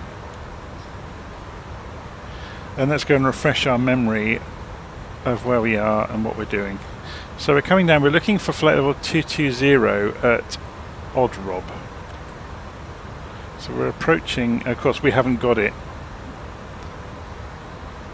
because, so shortly before Arek, so we're on target. I mean, we could put that in place. What was it called?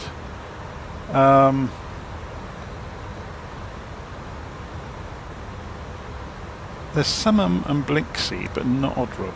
Okay, interesting. Oh, Oddrob is... I guess that's Oddrob there. That would be if you're coming in from the north. So that's not a constraint for us to worry about. We're worried about the Abtum one at 140.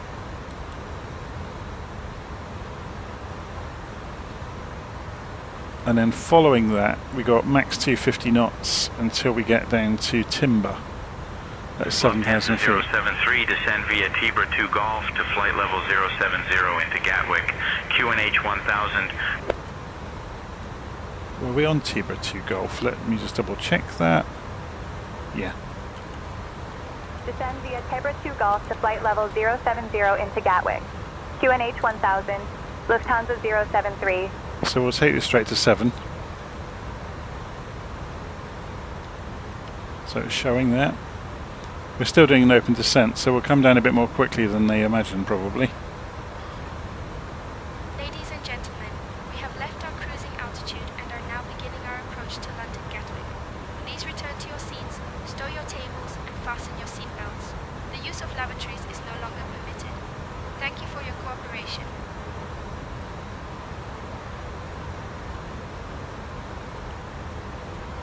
Okay.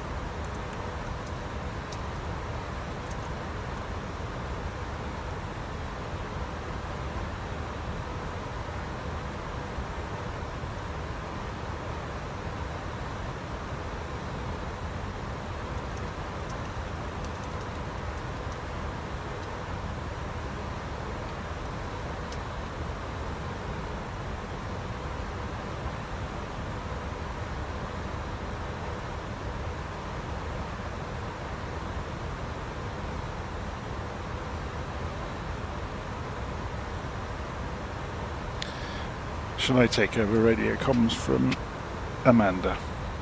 Hi Amanda, I'll do the radio comms from now on.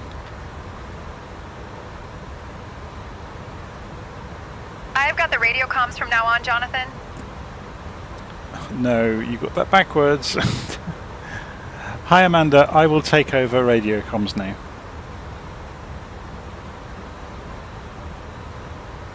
Jonathan, you're in charge of the radio comms now. Oh dear.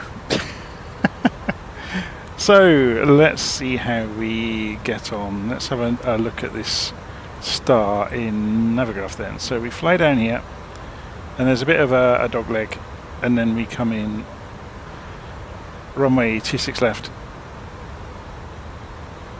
and there's the ILS 110.9, 257 degrees. 073, contact London Control on 121.23. Contacting London Control 121.23, Lufthansa 073. So we are on the Tebra 2 Golf and we're descending to 7,000 feet, remember. London Control, Lufthansa 073 with you, descending into Gatwick on the Tebra 2 Golf, arrival descending to 7,000 feet.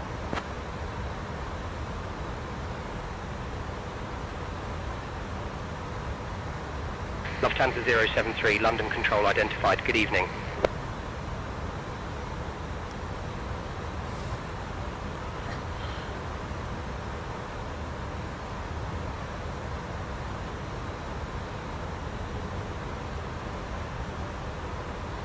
I guess we have to remember this is version 1.0 of the aeroplane. Max 1272, descend and maintain flight level 270, cleared for the OT bid 1 Mike arrival into Manchester. Descending to flight level 270, cleared for the OT bid 1 Mike arrival into Manchester, Blue Max 1272. The Blue Max, wasn't that George Peppard? Or was that a different movie?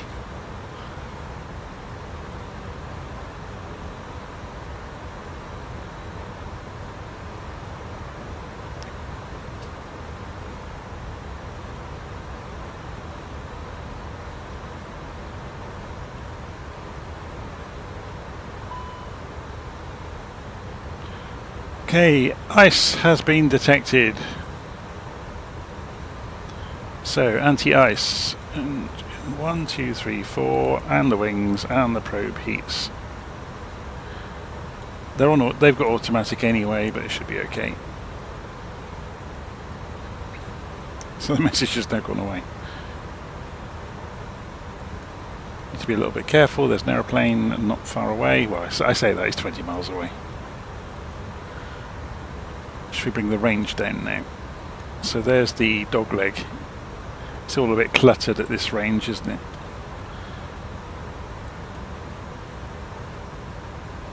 So now we can see what's going on. So we want 140 at Abertum, but we've been told to go straight down to 7,000 feet. Normally though that would be on the programmed approach. That's frustrating that it won't allow me to go into VNav.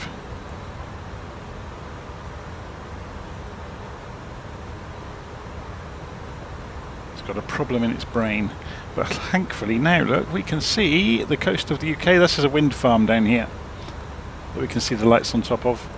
So there's the coast of the UK. So if we go and look on a map, you can see where we are coming in over the coast. So over the top of Canterbury. There's the other planes around us in the airspace. Mercifully, it's quite quiet over London. Look, everything's out over the channel. What's that? There's Blue Max up there, look. He's on his way to Manchester, which is our second option if Heathrow goes wrong. Oh, sorry, if Gatwick goes wrong.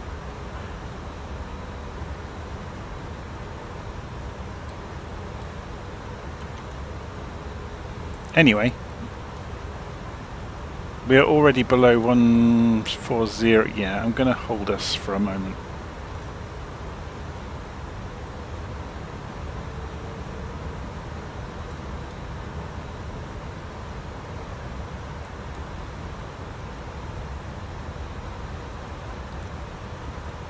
Let's get the aeroplane to climb back 1,000 feet. Let's follow the rules if the best we can without having managed descent. We haven't got any kind of banana showing up either, have we? I don't think the Airbus does that though. I think that's a Boeing thing.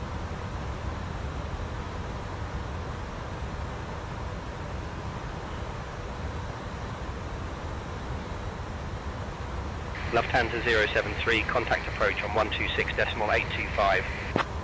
Contacting approach 126.825, Lufthansa 073, thank you.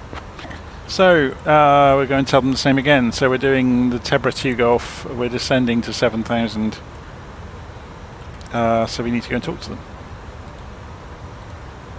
Gatwick approach, Lufthansa 073 with you on the Tebra 2 Golf, arrival descending to 7,000 feet.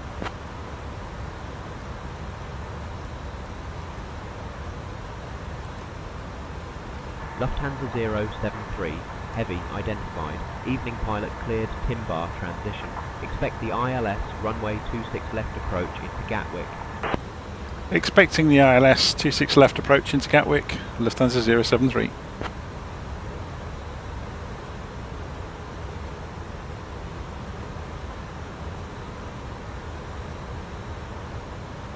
So someone's asking in the comments, what's the difference between the RNAV approach, RNP and RNV?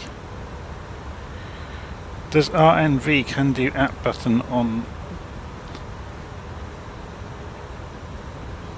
Okay, we got a bit of a typing problem here. Does RNV can do app button on 737 PMDG?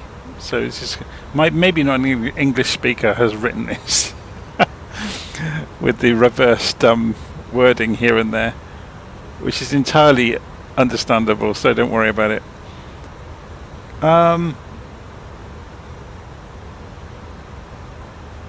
Implementation on different aeroplanes is a bit of a lottery, to be honest. But if you want to know the technical differences between things, I would advise you to go straight to somewhere like Google Gemini. And it will give you a really good reasoned answer and lots of background information on it. I mean, because I could type it now and tell you to give you the you know, the textbook answer of what the difference is, or you can just go ask Gemini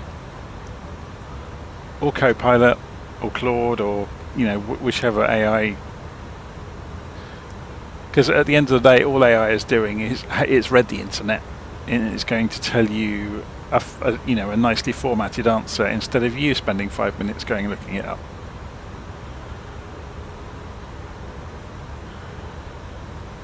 Which is kind of what it's designed for. This is going obviously because we've got no constraints. It's not following it properly, is it? Let's go back to 250 knots.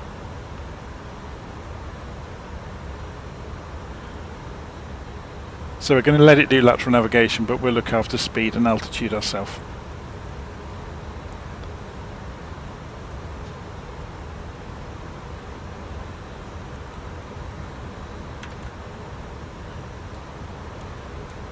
Sit up slightly so we get to see the wonderful lights of the city and the coast.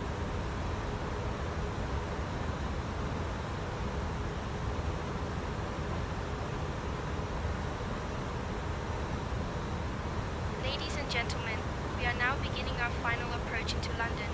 Please turn off all electronic devices and store them until we have arrived at the gate. Ensure your tray table. So we're being asked in the live stream, what's my opinion on this aeroplane so far? Well, I'm not a real pilot, so my opinion is not as informed as the commercial pilots who had pre-release copies of this to go play with. So if I would maybe go with their opinions. There are bugs in the aeroplane. We've discovered a couple of them. So there's a bug in the pushback that I discovered yesterday that I ended up cancelling the flight because it caused havoc. And there's also a bug in VNav where if you've got a piece of data missing before you start your takeoff roll,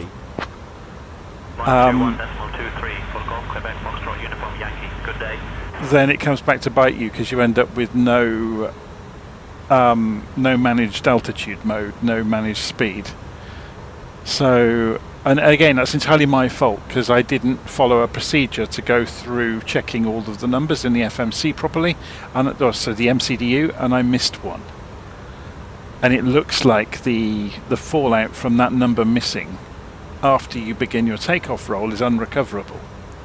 You're not going to get managed altitude and speed after that point, because the manifestation of it is that when you go to the perf page, it always says go around.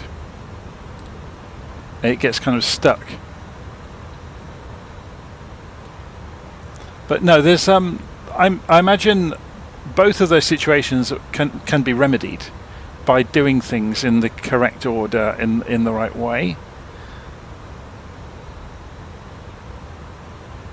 So it's human error on my part, or not following procedure to the letter on my part, but it's still kind of disconcerting there was no way out of them once they started happening. Yeah, so since the last sim update, night lighting in 2024 is better than X-Plane.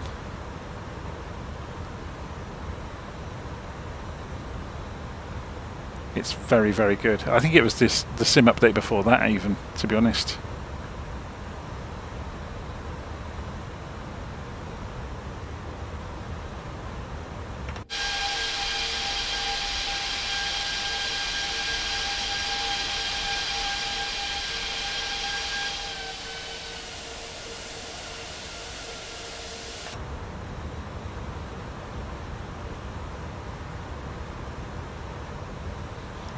It doesn't mean the airplane isn't fun. Just going back to the question of, would you consider buying it? It's obviously going to get updated, but just because it's got a few release niggles that are really difficult, to nail down, doesn't mean that it's rubbish. It's really, really good. But I've managed to expose, through my own ineptitude, I've managed to expose a couple of issues that there should be easier ways out of them than there are. Obviously I can go and write a procedure, and if I follow that procedure like a wire walker and do it just so by the book, then those problems wouldn't happen.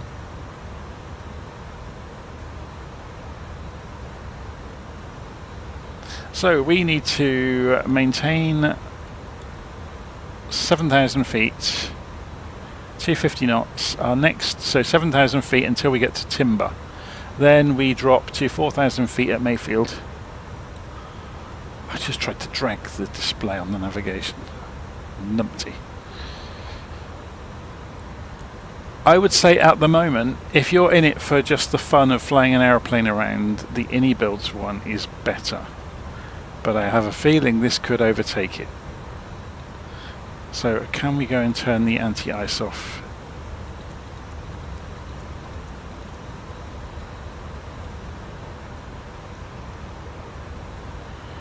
Still seems to be okay, doesn't it?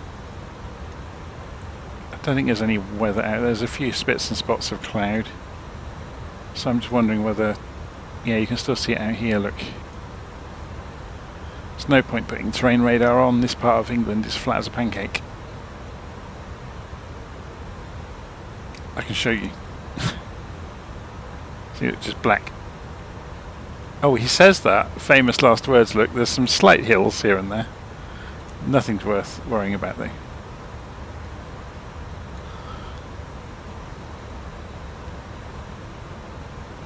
So, yeah, we are down through 10,000 feet, so you're absolutely correct. We should have the landing lights on. Leave the beacon light on it. Oh, my word, that's a terrible click spot. There we go.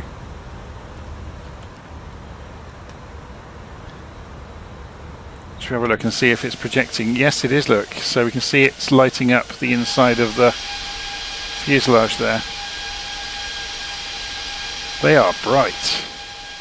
And you can see them lighting up the sky in front of us. Very cool. Because it's fairly misty, you can see them in the sky easily. So we're holding 250 knots.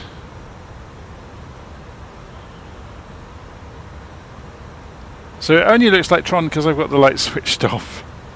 If we were to go and turn the floodlights on, you'd see it as it really looks.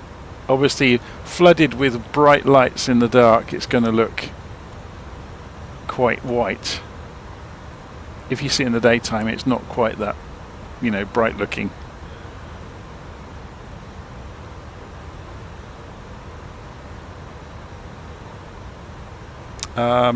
So you only change the barometric pressure when you come down through the transition altitude. In the UK, I think it's 6,000 feet for this part of the country.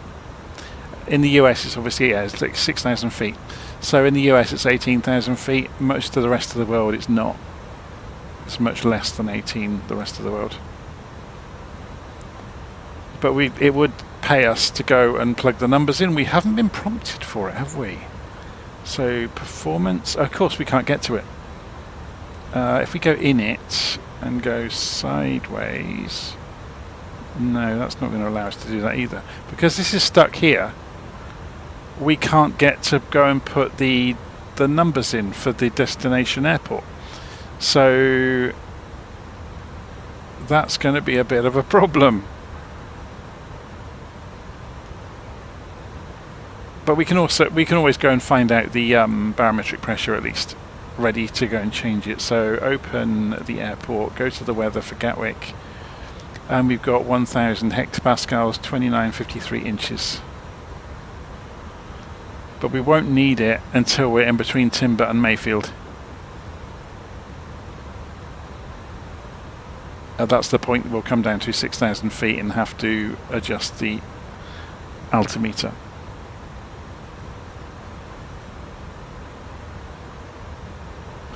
Yeah, I'm just reading the comments. Lenny's got a good point there. So ToLiss has had a huge reputation. These bugs will be fixed really quickly. And I would argue they're not actually bugs. I have caused the situations to happen that I've seen so far. I missed one number out on the MCDU while pre-programming the flight and didn't realise before I started accelerating down the runway. And it's a known... Although it's listed as a bug, if you search in Gemini, I wouldn't say that's a bug. I'd say, or maybe it is. I'm not sure what the logic is on the takeoff config test. Should it check those numbers?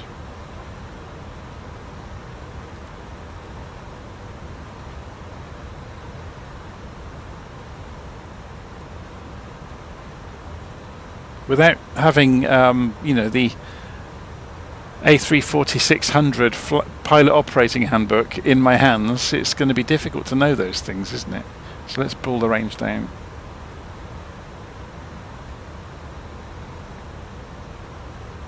So we need to get to 220 knots. We're going to start doing that now because this plane probably takes a little while to slow down, unless we throw the spoilers out, of course. Famous last words, look at it, it's slowing down very quickly. China Southern 674, contact London Control on 121.23. 121.23 for China Southern 674. Good day.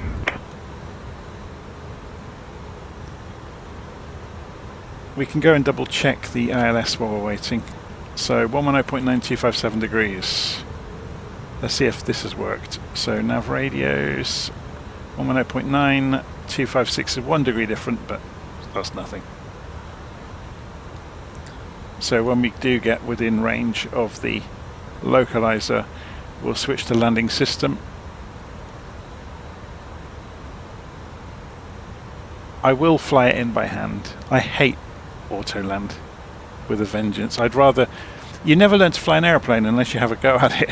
So I don't mind doing the, you know, the routing bit using the systems, but I'd rather land it myself.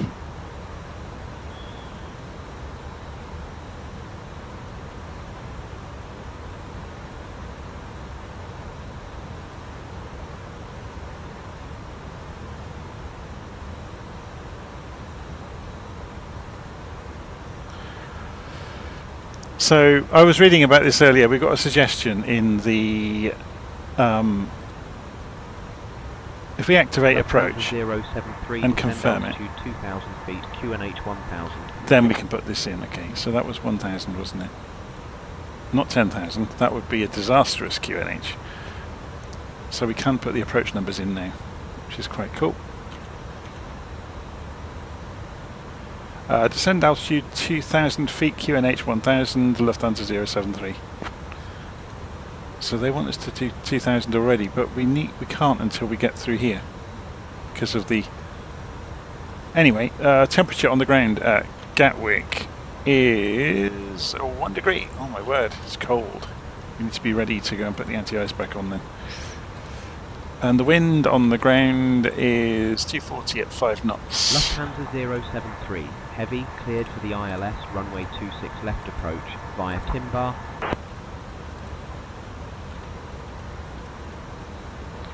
Where's the intentions gone? Cleared for the ILS, runway 26 left approach via Timbar, Lufthansa 073. So they're just clearing us in. So we can start descending now 4,000 feet. Open descent.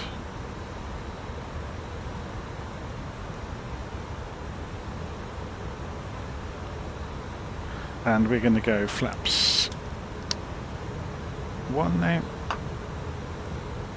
which will give us some drag as well. So if we look on the little chart here, we can go flaps 2 at 216 knots. So we can't do it yet.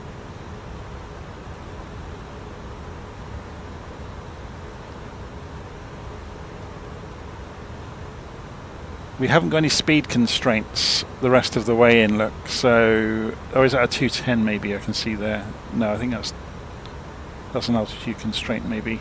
So we will start bringing the speed down as we turn in towards the airfield.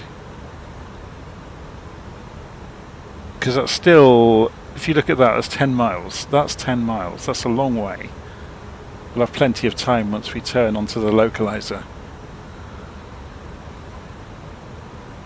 And then I'll take manual control at about this point. We're not going to get to 4,000 feet in time, are we? So I'm going to throw the spoilers out to let us descend, and you can see the descent rate increasing enormously there, look. And we may as well go straight for 2,000.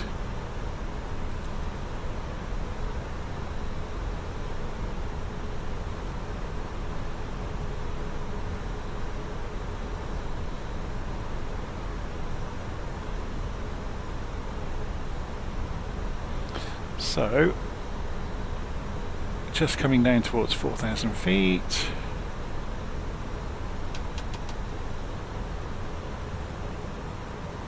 Go back off the spoilers. We're a little bit high, but not too bad. So now we've got a few miles to get down to 2,000 feet.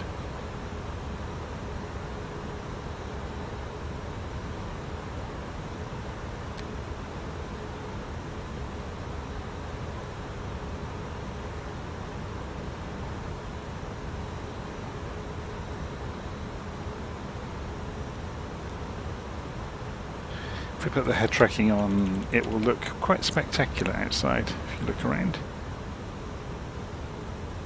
There's other aeroplanes in the airspace around us.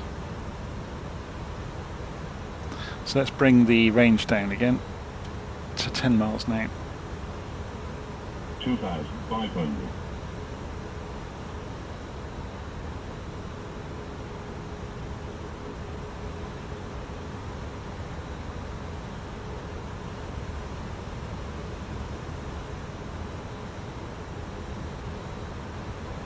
2,000.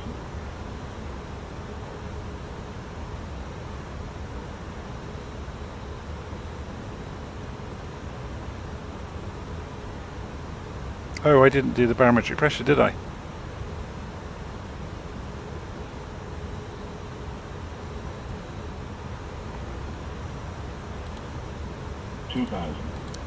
Golf Golf Yankee November uniform contact, London control on 135.805.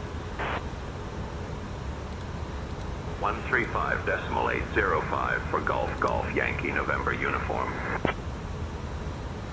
Avianca 121 contact, London control on 134.755.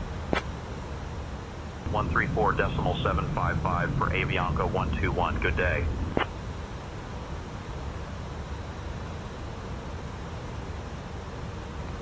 So I'm just going to turn the head tracking off for a moment so we can concentrate on this.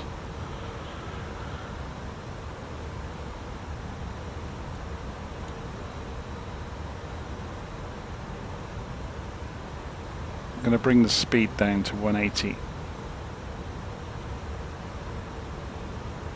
and feed in the flaps to flaps 2 when we get there.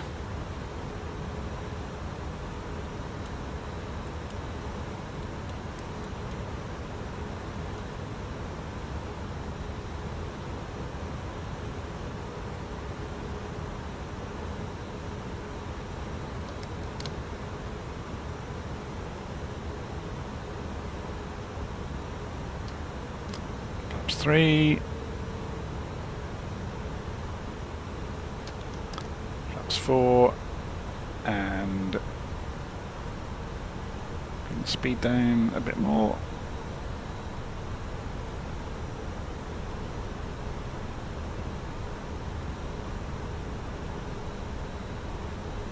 Lufthansa 073, contact Gatwick Tower on 124.23. Gear down. Contacting Gatwick Tower 124.23, Lufthansa 073. Gatwick Tower, Lufthansa 073 with you on approach runway. Sorry, apologies, runway 26 left.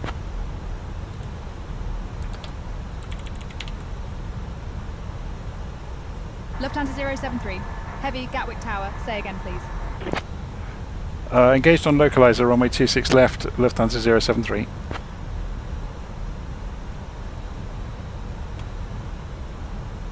Lufthansa 073, roger. So we can see the Lufthansa glide slope 073, hasn't appeared yet. Heavy, winds 240 at 6. Runway 26 left, cleared to land. Clear to land, runway 26 left, Lufthansa 073 heavy. So well, let's come off the autopilot now. Have to go and press the little red button to stop the alarm.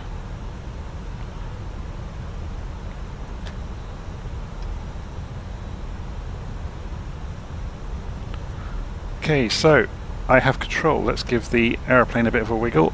See how responsive it is. Not very. It's the answer. So the glide slope is coming in.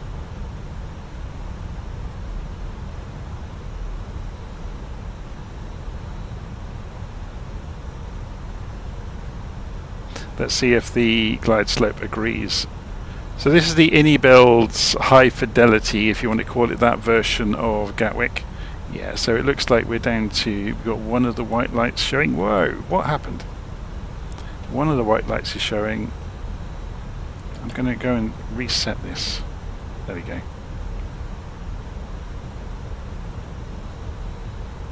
Slightly off to the left, so we'll correct for that.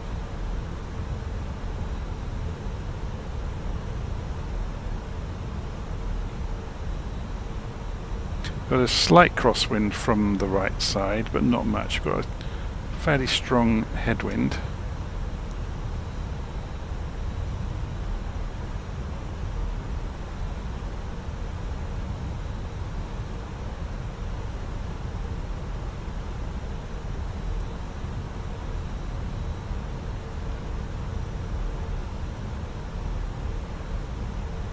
It would appear the pappies don't perfectly match the glide slope.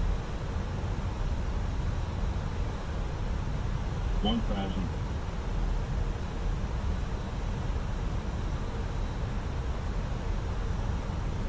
So that's interesting. Look, the TCAS has gone to TA only automatically. Approaching runway 26 left. In other words, if you were on autopilot at this point, that would stop the aeroplane from reacting to other aeroplanes. So you're kind of at a point of no return.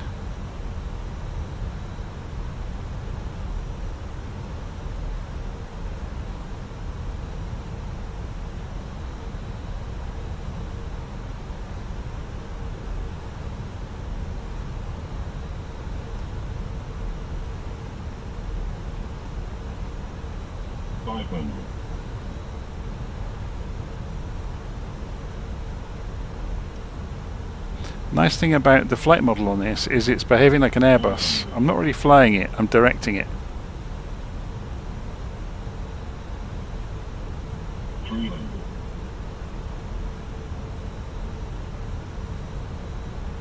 Which is making it very, very easy.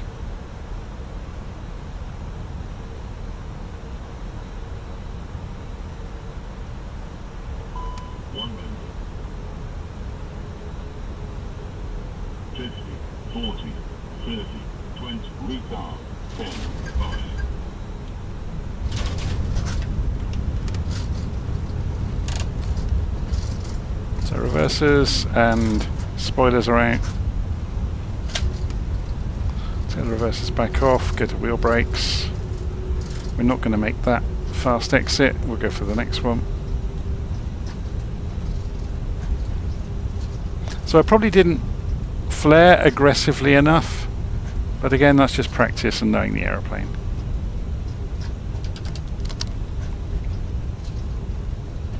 Lufthansa 073, exit at Echo Romeo if able. Contact ground on 121.805.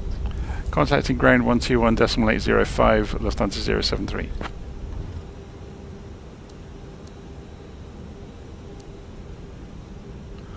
Okay, we'll leave the lights on while we're on this part of the runway. Did you know that London is home to the oldest underground railway system in the world, known as the Tube?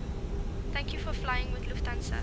Please remain seated until... They love coming out with their random bits and pieces of knowledge, don't they? On behalf of your flight crew, So let's go and pull up the airport chart. time is 10:06 p.m. For those with connections, We missed Echo Romeo, we're on Foxtrot Romeo, but that makes it easier for us to get to Golf. to Frankfurt, departs at 11:50 So we're going to go over to ground. and flight number LH 675 to Munich, departs at Gatwick ground, Lufthansa 073, requesting taxi to the gates, please.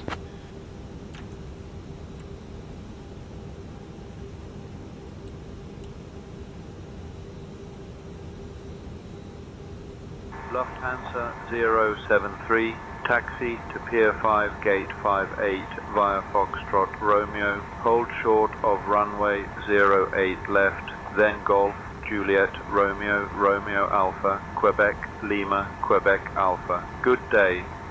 Lima, Quebec Alpha is over here. Taxi Pier 5, Gate 58 via Foxtrot Romeo, hold short runway 08 left, then Golf, Juliet, Romeo, Romeo Alpha, Quebec, Lima, Quebec Alpha 073.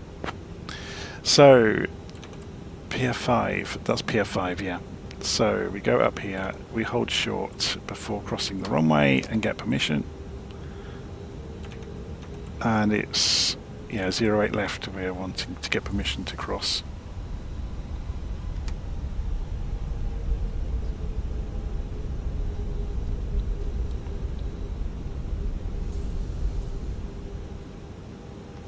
Ground, Lufthansa 073 requesting permission to cross 08 left. Can't see any aeroplanes coming. Lufthansa 073, cross runway 08 left, then continue taxi. Crossing 08 left and then we'll continue taxis, Lufthansa 073.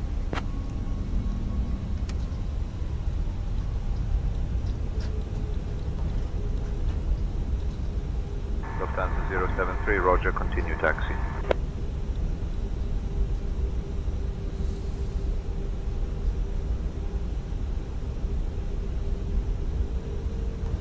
Easy 13 Juliet Alpha, contact tower on 124.23, safe flight.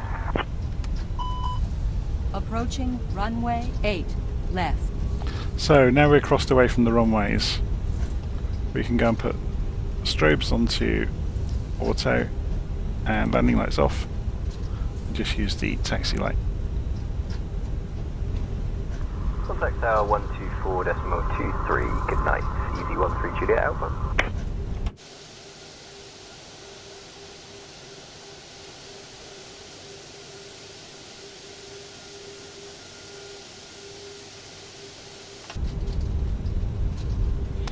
So we carry on along here past all of this lot until we get to Romeo. then Romeo Alpha, Lima, and then up to one of the gates on the terminal up there.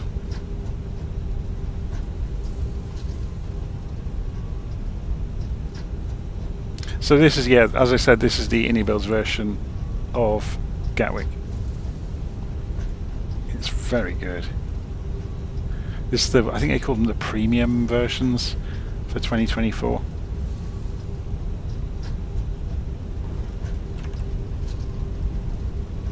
So next left is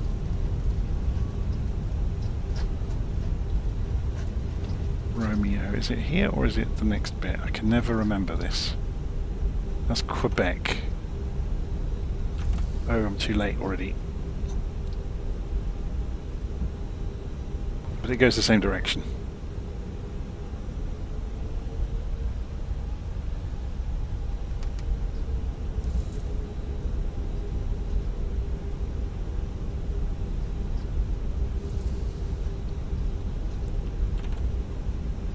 Yeah, we're going along Quebec instead of Romeo, but it's broadly the same direction, so not going to worry too much. There's the gates we're going to, just over here.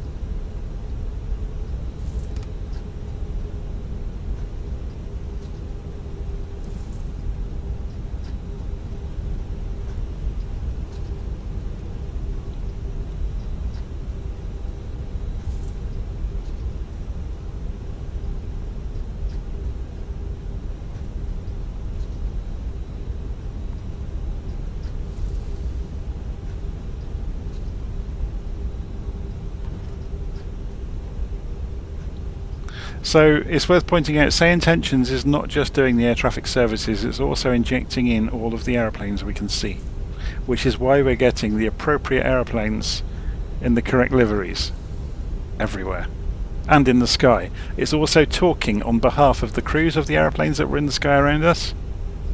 So this is our gate.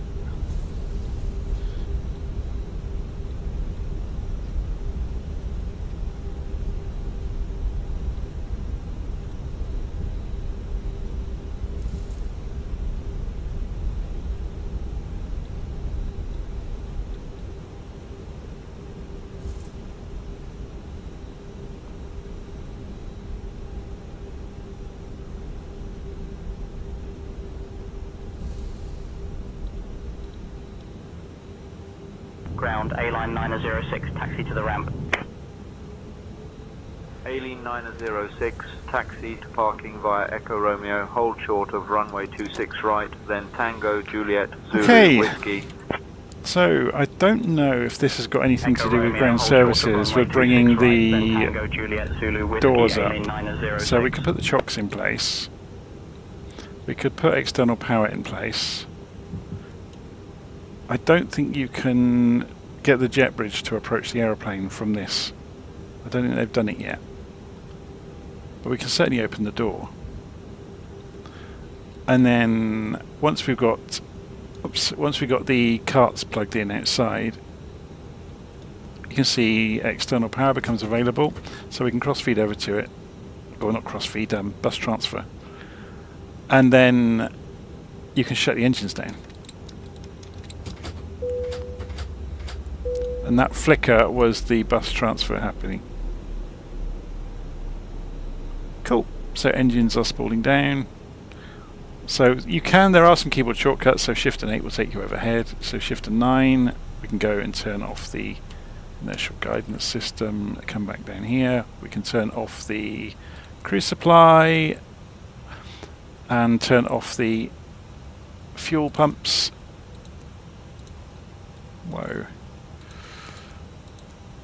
Not that you can see them in the dark, but so we could go and put that light on there, couldn't we, actually? Just so people can see what's going on here. Whoa, that's bright.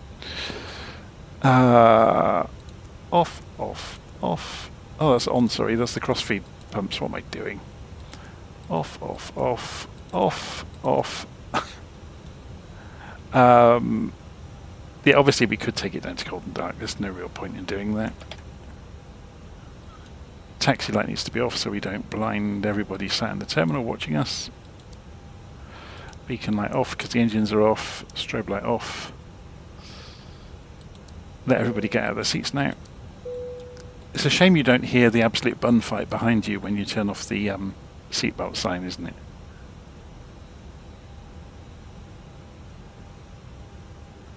So just catching up on the live stream comments. Yeah, so Say Intentions is using artificial intelligence with real people's voices.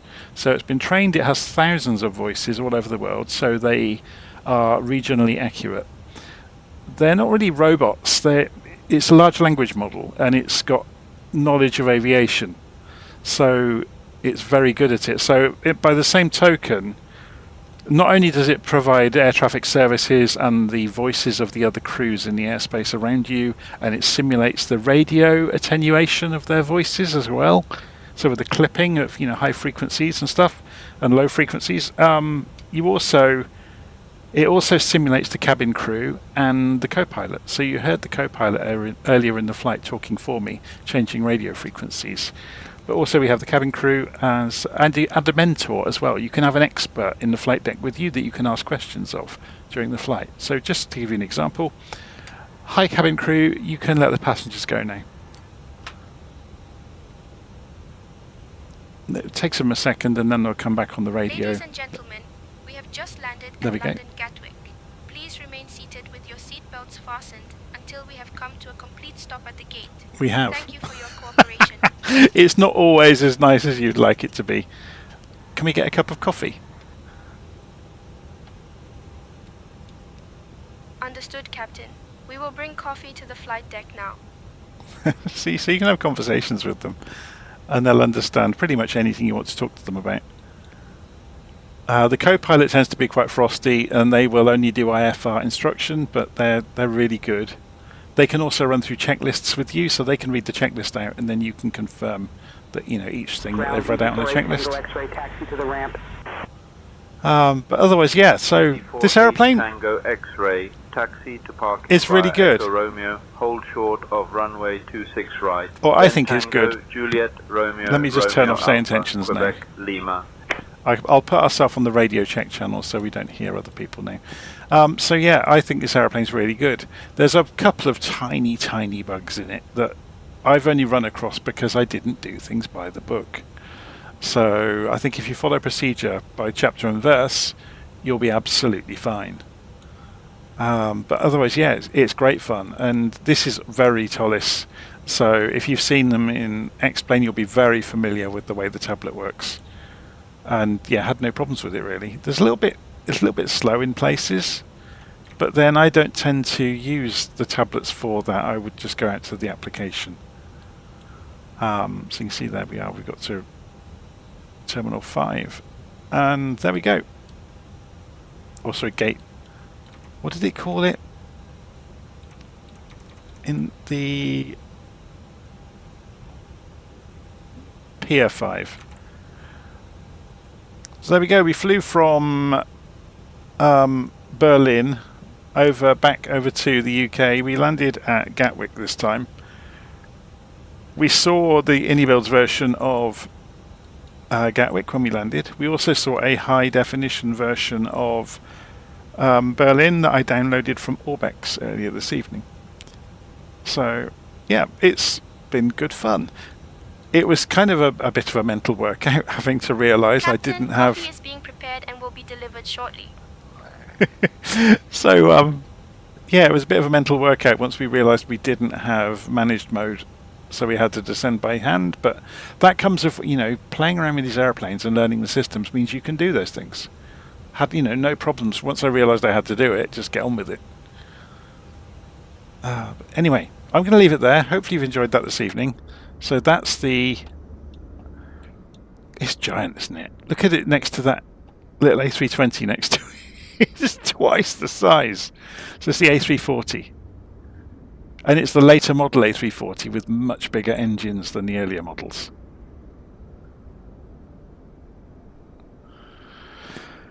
So, yes, I'm going to leave it there. Hopefully you enjoyed that this evening. And I'll see you all again soon. Take care.